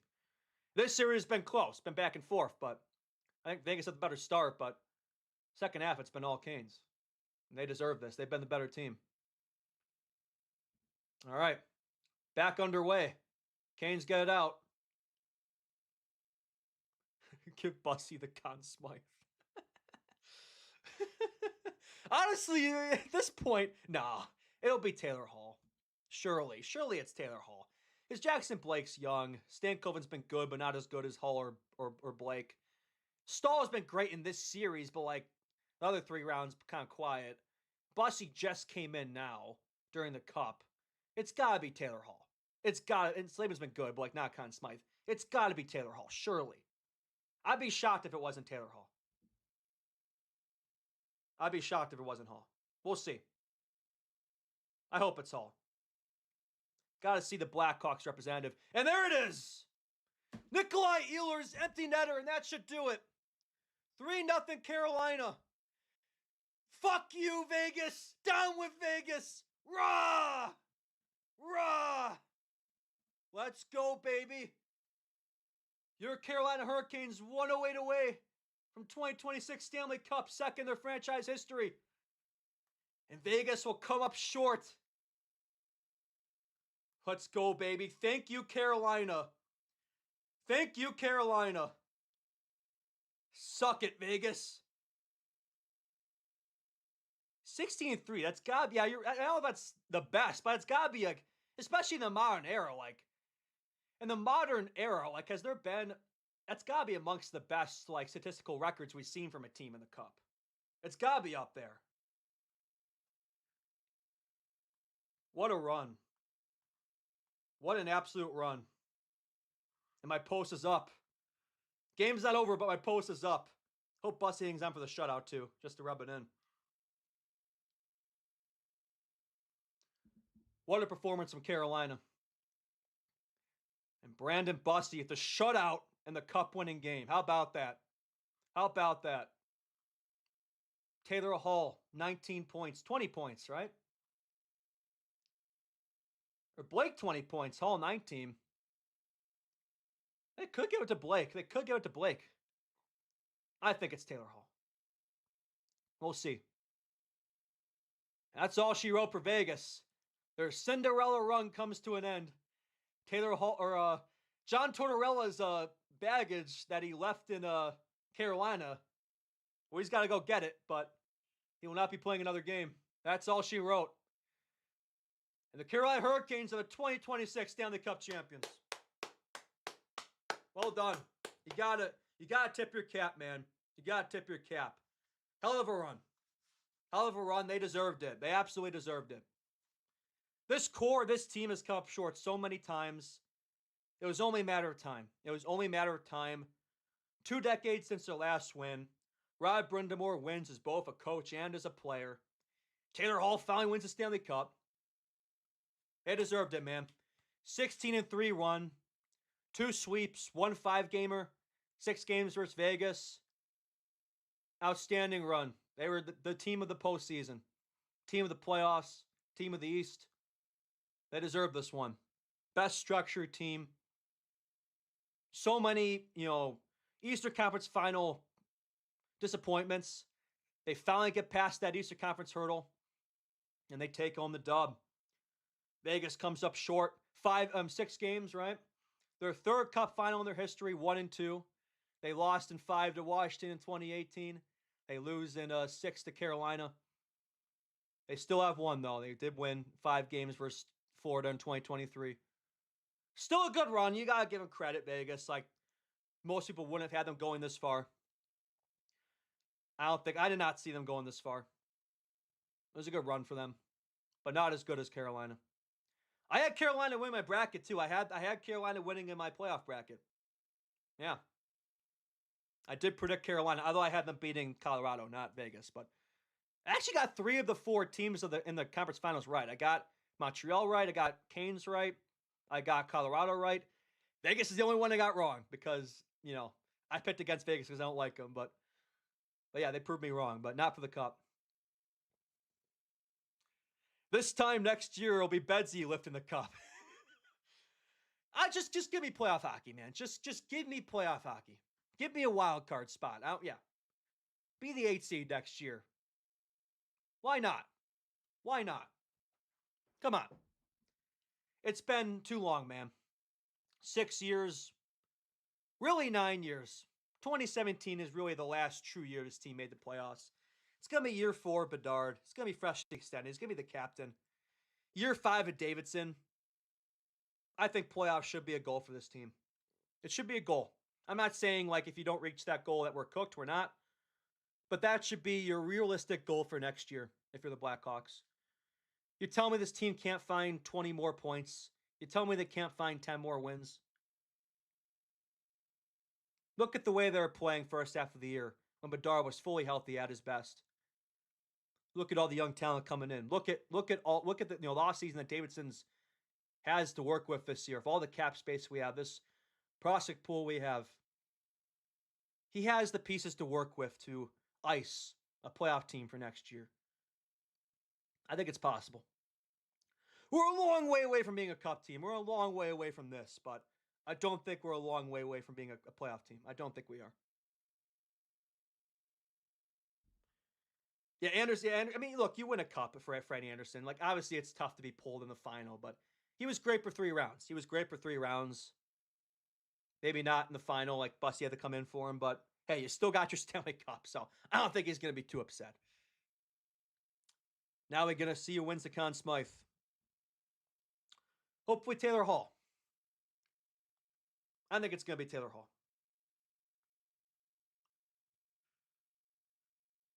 Gotta be Halsey. Gotta be the Blackhawks legend.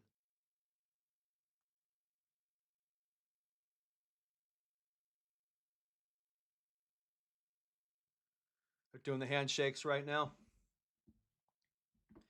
Yeah, like playoffs might be a tall order, but like at least be in the race, you know? I don't think that's a tall order.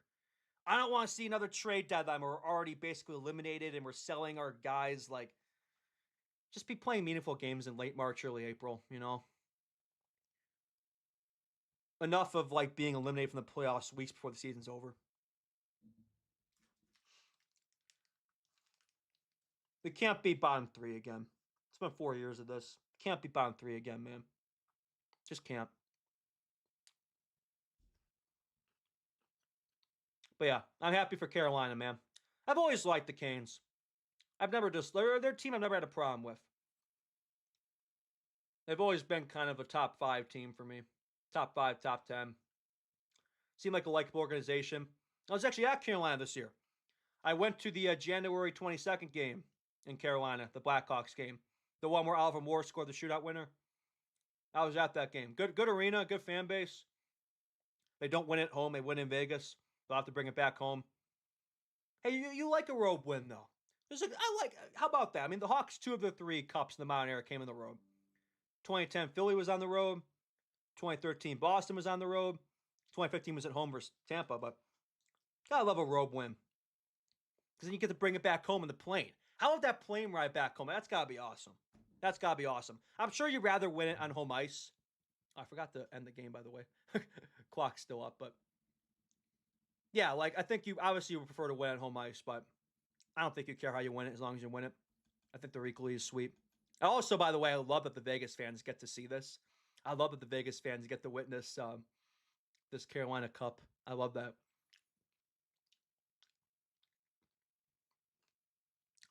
Yes, Barry Kokoniemi is a Stanley Cup champion. Yes, he is. That's the main takeaway here. Keanu Miller is another guy you have to be happy for. He had a tough time in New York. It's been a great fit there. Outstanding fit. A lot of guys you got to feel happy for. Aho. Like, he's been around for a while now. Him and Svechnikov. Slavin, Jacob Slavin. He's been thugging it out there. How about Nikolai Ehlers, you know? Come over from the Jets. Great free agent signing there. It's been a good fit there.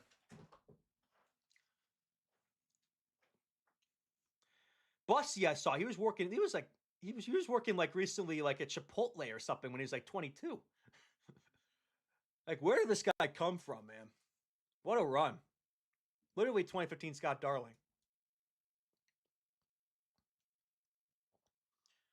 Yeah, just a perfectly executed playoffs, man.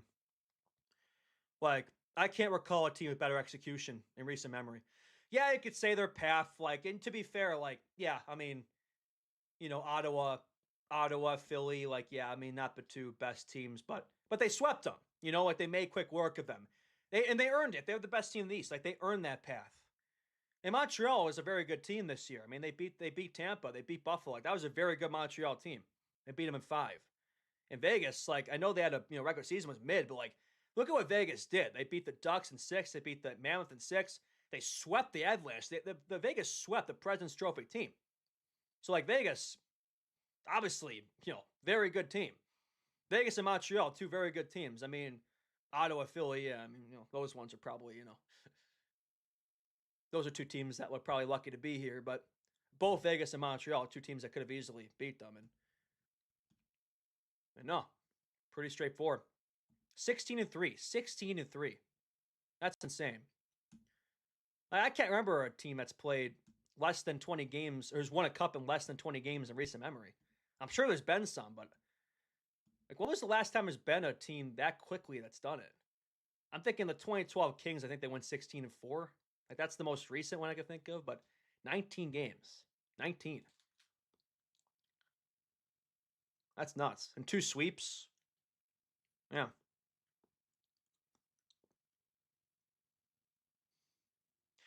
Yeah, I mean, this has been a long time coming. Like so many second, third round exits. So many. How about that? Remember that stat they used to have? Remember how many games they lost in the third round, the Eastern Conference Final? Like they went what 0-12 or something. They were swept like 3 times the Eastern Conference Final.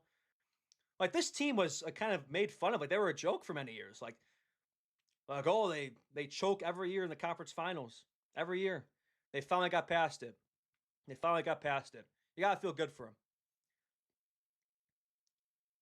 Tolsky too, like what a job he's done there as GM. Brendan Moore, one of the best coaches in the league, and just a great group here. Ehlers, Stahl, Jarvis, Blake, Stankoven, Hall, Svetch, Aho, Martinuk, Carrier, Jankowski, Robinson, Slavin, Chatfield, Walker, Miller, Ghost, Nikisha. How about Alexander Nikisha, the Russian tank who fought Oliver Moore? Yeah. By the way, and Bussy, Kochetkov, Anderson. Chet, I'm just saying, the Blackhawks beat Carolina at Carolina this year. The game I went to. Bjork Beams was there January 2nd, 22nd, when the Blackhawks beat the Canes 4-3. The Carolina Hurricanes lost to the Blackhawks on home ice this past year. Noticing. I'm just noticing. The noticer. Canes might be frauds. Blackhawks would have never let this happen. I'm happy they beat Vegas, though. I was worried, man. I had a feeling they would, but I also thought Colorado beat them. So I'm glad that that Carolina pulled through here. I feared Vegas was gonna cuck us here, so I'm glad they pulled through. So via the transitive property, the Hawks are Stanley Cup champions. Exactly. Hawks are like the Conn Smythe's got to be soon here, right? They're already doing the interviews. The Conn Smythe's normally the first thing they do, right? It's normally that. It's before the Cup, right? They do the Conn Smythe before the Cup, right? I think. I used to have this stuff memorized because we did it 3 times, but I've forgotten the order of things. I think it's Conn Smythe. They hand out the cup. They do that. Then they do the pitcher. I think that's the order of things. Oh, we'll see. I can't remember if they touched or didn't touch the Conference Finals trophy. I can't remember what they did. Because that's always a thing.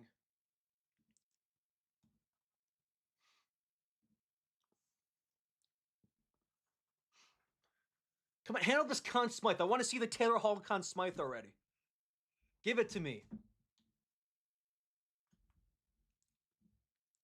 By the way, these finals have been really highly rated too. Like a lot of people thought it wouldn't be highly rated to Southern markets, but like I think I saw a stat like this is like top 5 most rated finals and like of the Cap era, and 3 of them were Blackhawks finals. 2010, 13, 15 were all up there, and this was up there. I can't remember what the 5th one was.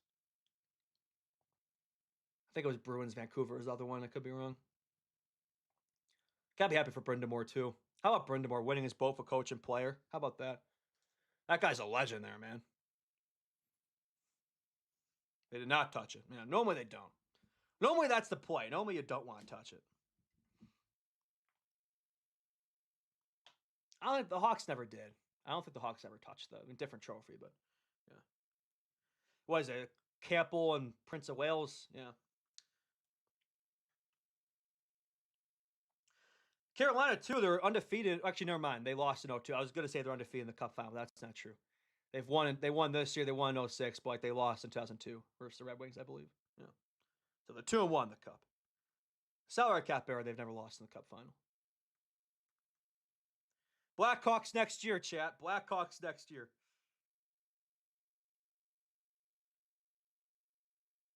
The guys, did the Blackhawks interview Carolina's GM? Yeah, wait a minute. Wasn't Tolsky one of the guys that interviewed for that position in 2022? I believe he was. Yeah. Yeah, I remember that. I remember he was one of the last guys in the running, I think. It's him, Davidson. Who was the other guy who was really in it? Here's the Conn Smythe. Come on, Taylor Hall. Give it to him. Yeah. Are they booing Gary? I don't have volume. Are they booing Gary? Please tell me they're booing Gary. Well, it's Vegas. Vegas isn't going to boo Gary. Because they're Bettman's favorite team. Either them or the Sharks.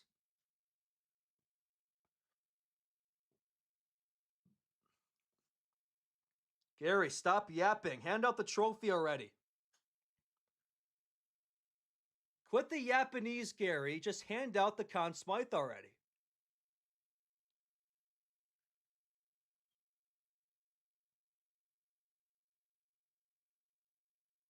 Oh, man, this guy just won't stop blabbing away. Is it Jordan Stahl? I have no volume.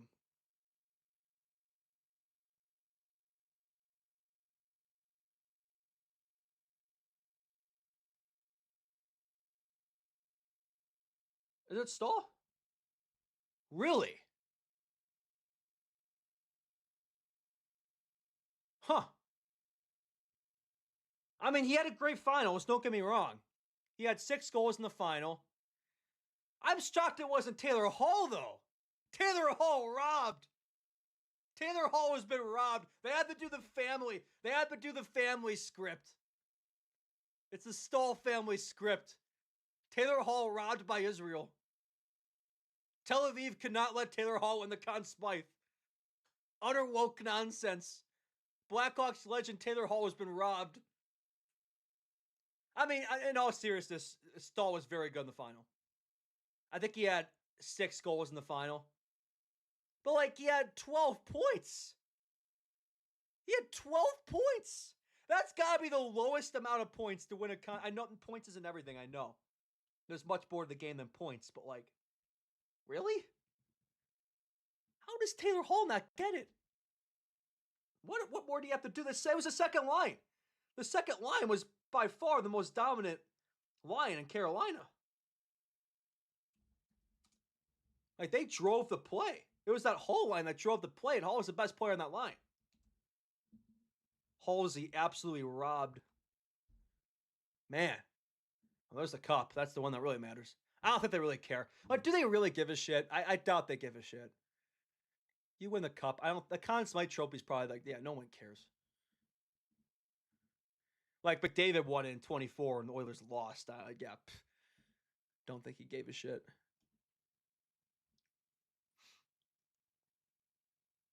Yeah, Taylor Hall led the team, man. He had a goal in this game, too. He had the GWG. Taylor Hall, the GWG.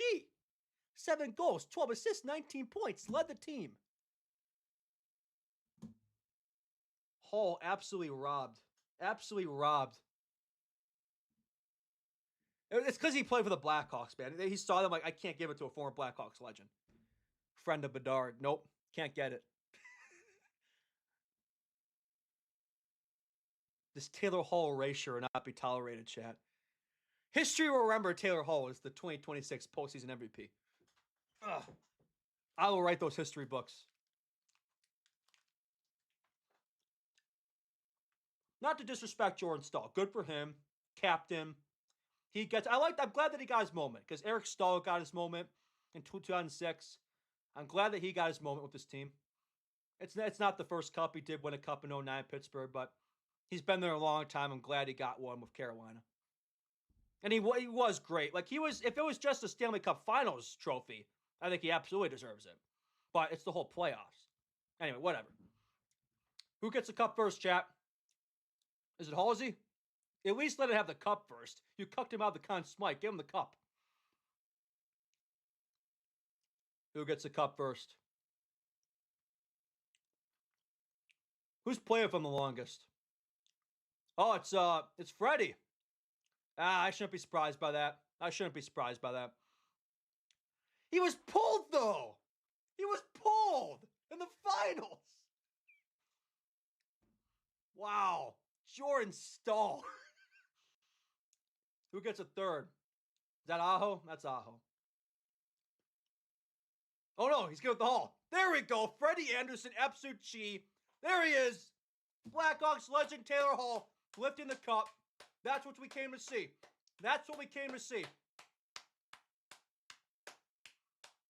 Taylor Hall is a Stanley Cup champion, ladies and gentlemen. Halsey. And he gives it to Aho. God, you gotta feel good for Aho. I feel like Aho has always been among the more underrated players. So it's just a perfect two-way guy, you know? Point per game player, good defensively, very skilled, good all-around guy, perfect first-line center. Jacob Slavin, best defensive defenseman in the game, the Hjalmarsson of this era, Jacob Slavin. What a shutdown D, man. Those are the guys you need, man. And he gives it to, is that Martinook? Yeah, Jordan Martinook. He's their depth guy. He's like their Bickle, something like that. He's their Kruger.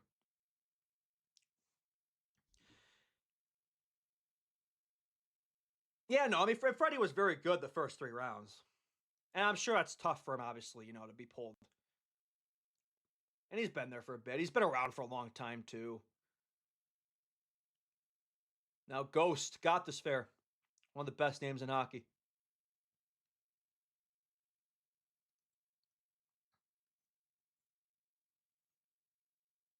Me too. Carolina's Switzerland, man. Like, Carolina's like, I've never had any ill will towards Carolina. There's nothing to dislike about that team. Just a bunch of hard workers. No drama team. It's a team you never hear any, there's never any controversy with them. There's never any noise. They're just a professional team, you know? Team of pros. Just a team of winners, you know? They show up, they work hard, they get the job done. That's all you can ask for. There's no noise at them, you know? There's no drama. That's what you want. There's no headlines. And just seem like a bunch of likable guys, too. Like Jarvis. Like Seth Jarvis has got to be one of the more likable guys. A lot of personalities on that team. Aho, good personality. Svech. Mista Svechnikov. Good leaders. Just a well-oiled machine. Another Southern team wins a cup. Gary Bettman is having a wet dream right now. Look at the last few champs. Carolina Hurricanes, Florida Panthers, Vegas Golden Knights. Gary Bettman is going to have himself an absolute night in Vegas. Oh my goodness gracious. Gary Bettman is the happiest man in Vegas right now. The Southern teams are cooking. They're taking over the league. America, baby, rah! The 33-year Canada Cup drought continues.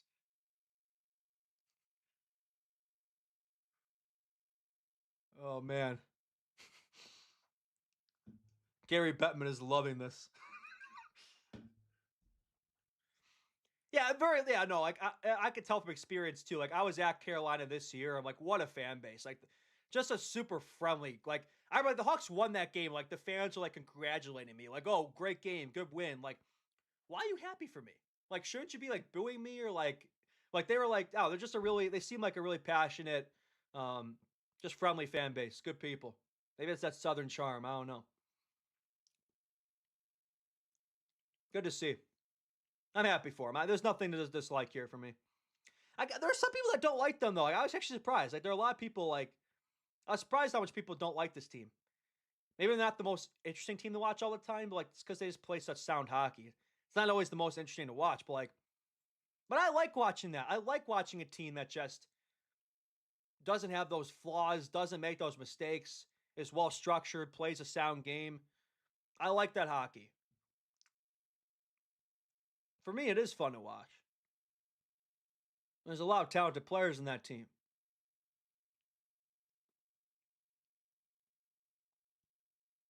There's Jarvis. Jarvis gets his cup. He had an overtime winner in this series, game 2. And that really turned the tide right there, man. Because Vegas, like, let's not forget, like, they had their measure early on. But that Jarvis OT winner seemed to kind of get momentum on Carolina's side, didn't it? Probably the biggest goal of the series, I would say, on home ice, on the power play. Absolute one-time bomb. And Kakaniemi, how about that? Another guy who's bounced around. Montreal, right? Now Carolina. 3rd overall pick. Hasn't really become that player, but just decent depth guy for them. And Keontae Miller. He's been a great fit there. Wasn't working out in New York. He's been a great fit in Carolina.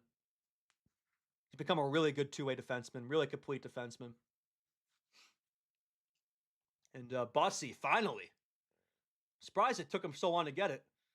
But he finally has it. What a performance. Shutout. How about that? in the cup clinching game. 20-plus saves. Made a bunch of big saves, man. Absolutely robbed Vegas. Comes in dry in a cup final. Takes the dub. Scott Darling, 2015 style. Great run from him. Who's this? Is that Mike Riley? Don't have much to say about him. Is that Jackson Blake now? Yeah. What a run for him. I think he led the team in production because I think it was Hall 19. I think Blake had 20. So Blake definitely could have had a case for the Conn Smythe. 20 points. Young player, too. What is he? 21, 22? Young player. Great second line top six guy for them. Stankoven, the stank man. How about Stankoven, man? 5'9", leads the team in goals.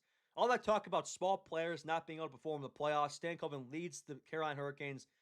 I think 10 goals in the playoffs. 5'9", 180. Putting the size rumors to bed. And Nikishin. Alexander Nikishin, the Russian tank. Absolutely walloped Oliver Moore this year. That's the moment I always think of when I think of Nikishin, that fight versus Moore. But he's been a great defenseman for them. Who's this? Kachekov? Yeah. He was kind of the third stringer. Chicago Wolves legend. I think he won a Calder Cup with them.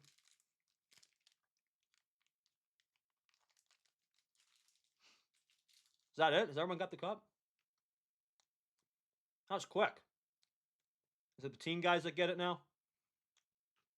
Oh, Brendan Moore. Now Brendan Moore gets it. There we go. He lifted it as a player, and he lifts it as a coach. Did he nearly drop it? I thought he nearly dropped it there. That would have been embarrassing. How about that?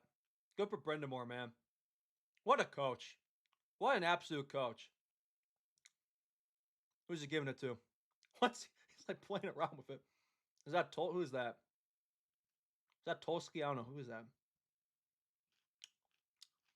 Anyway, I think that'll do it. That's pretty much every notable guy. What a stream. What a series. What a playoffs. Congratulations to the Carolina Hurricanes.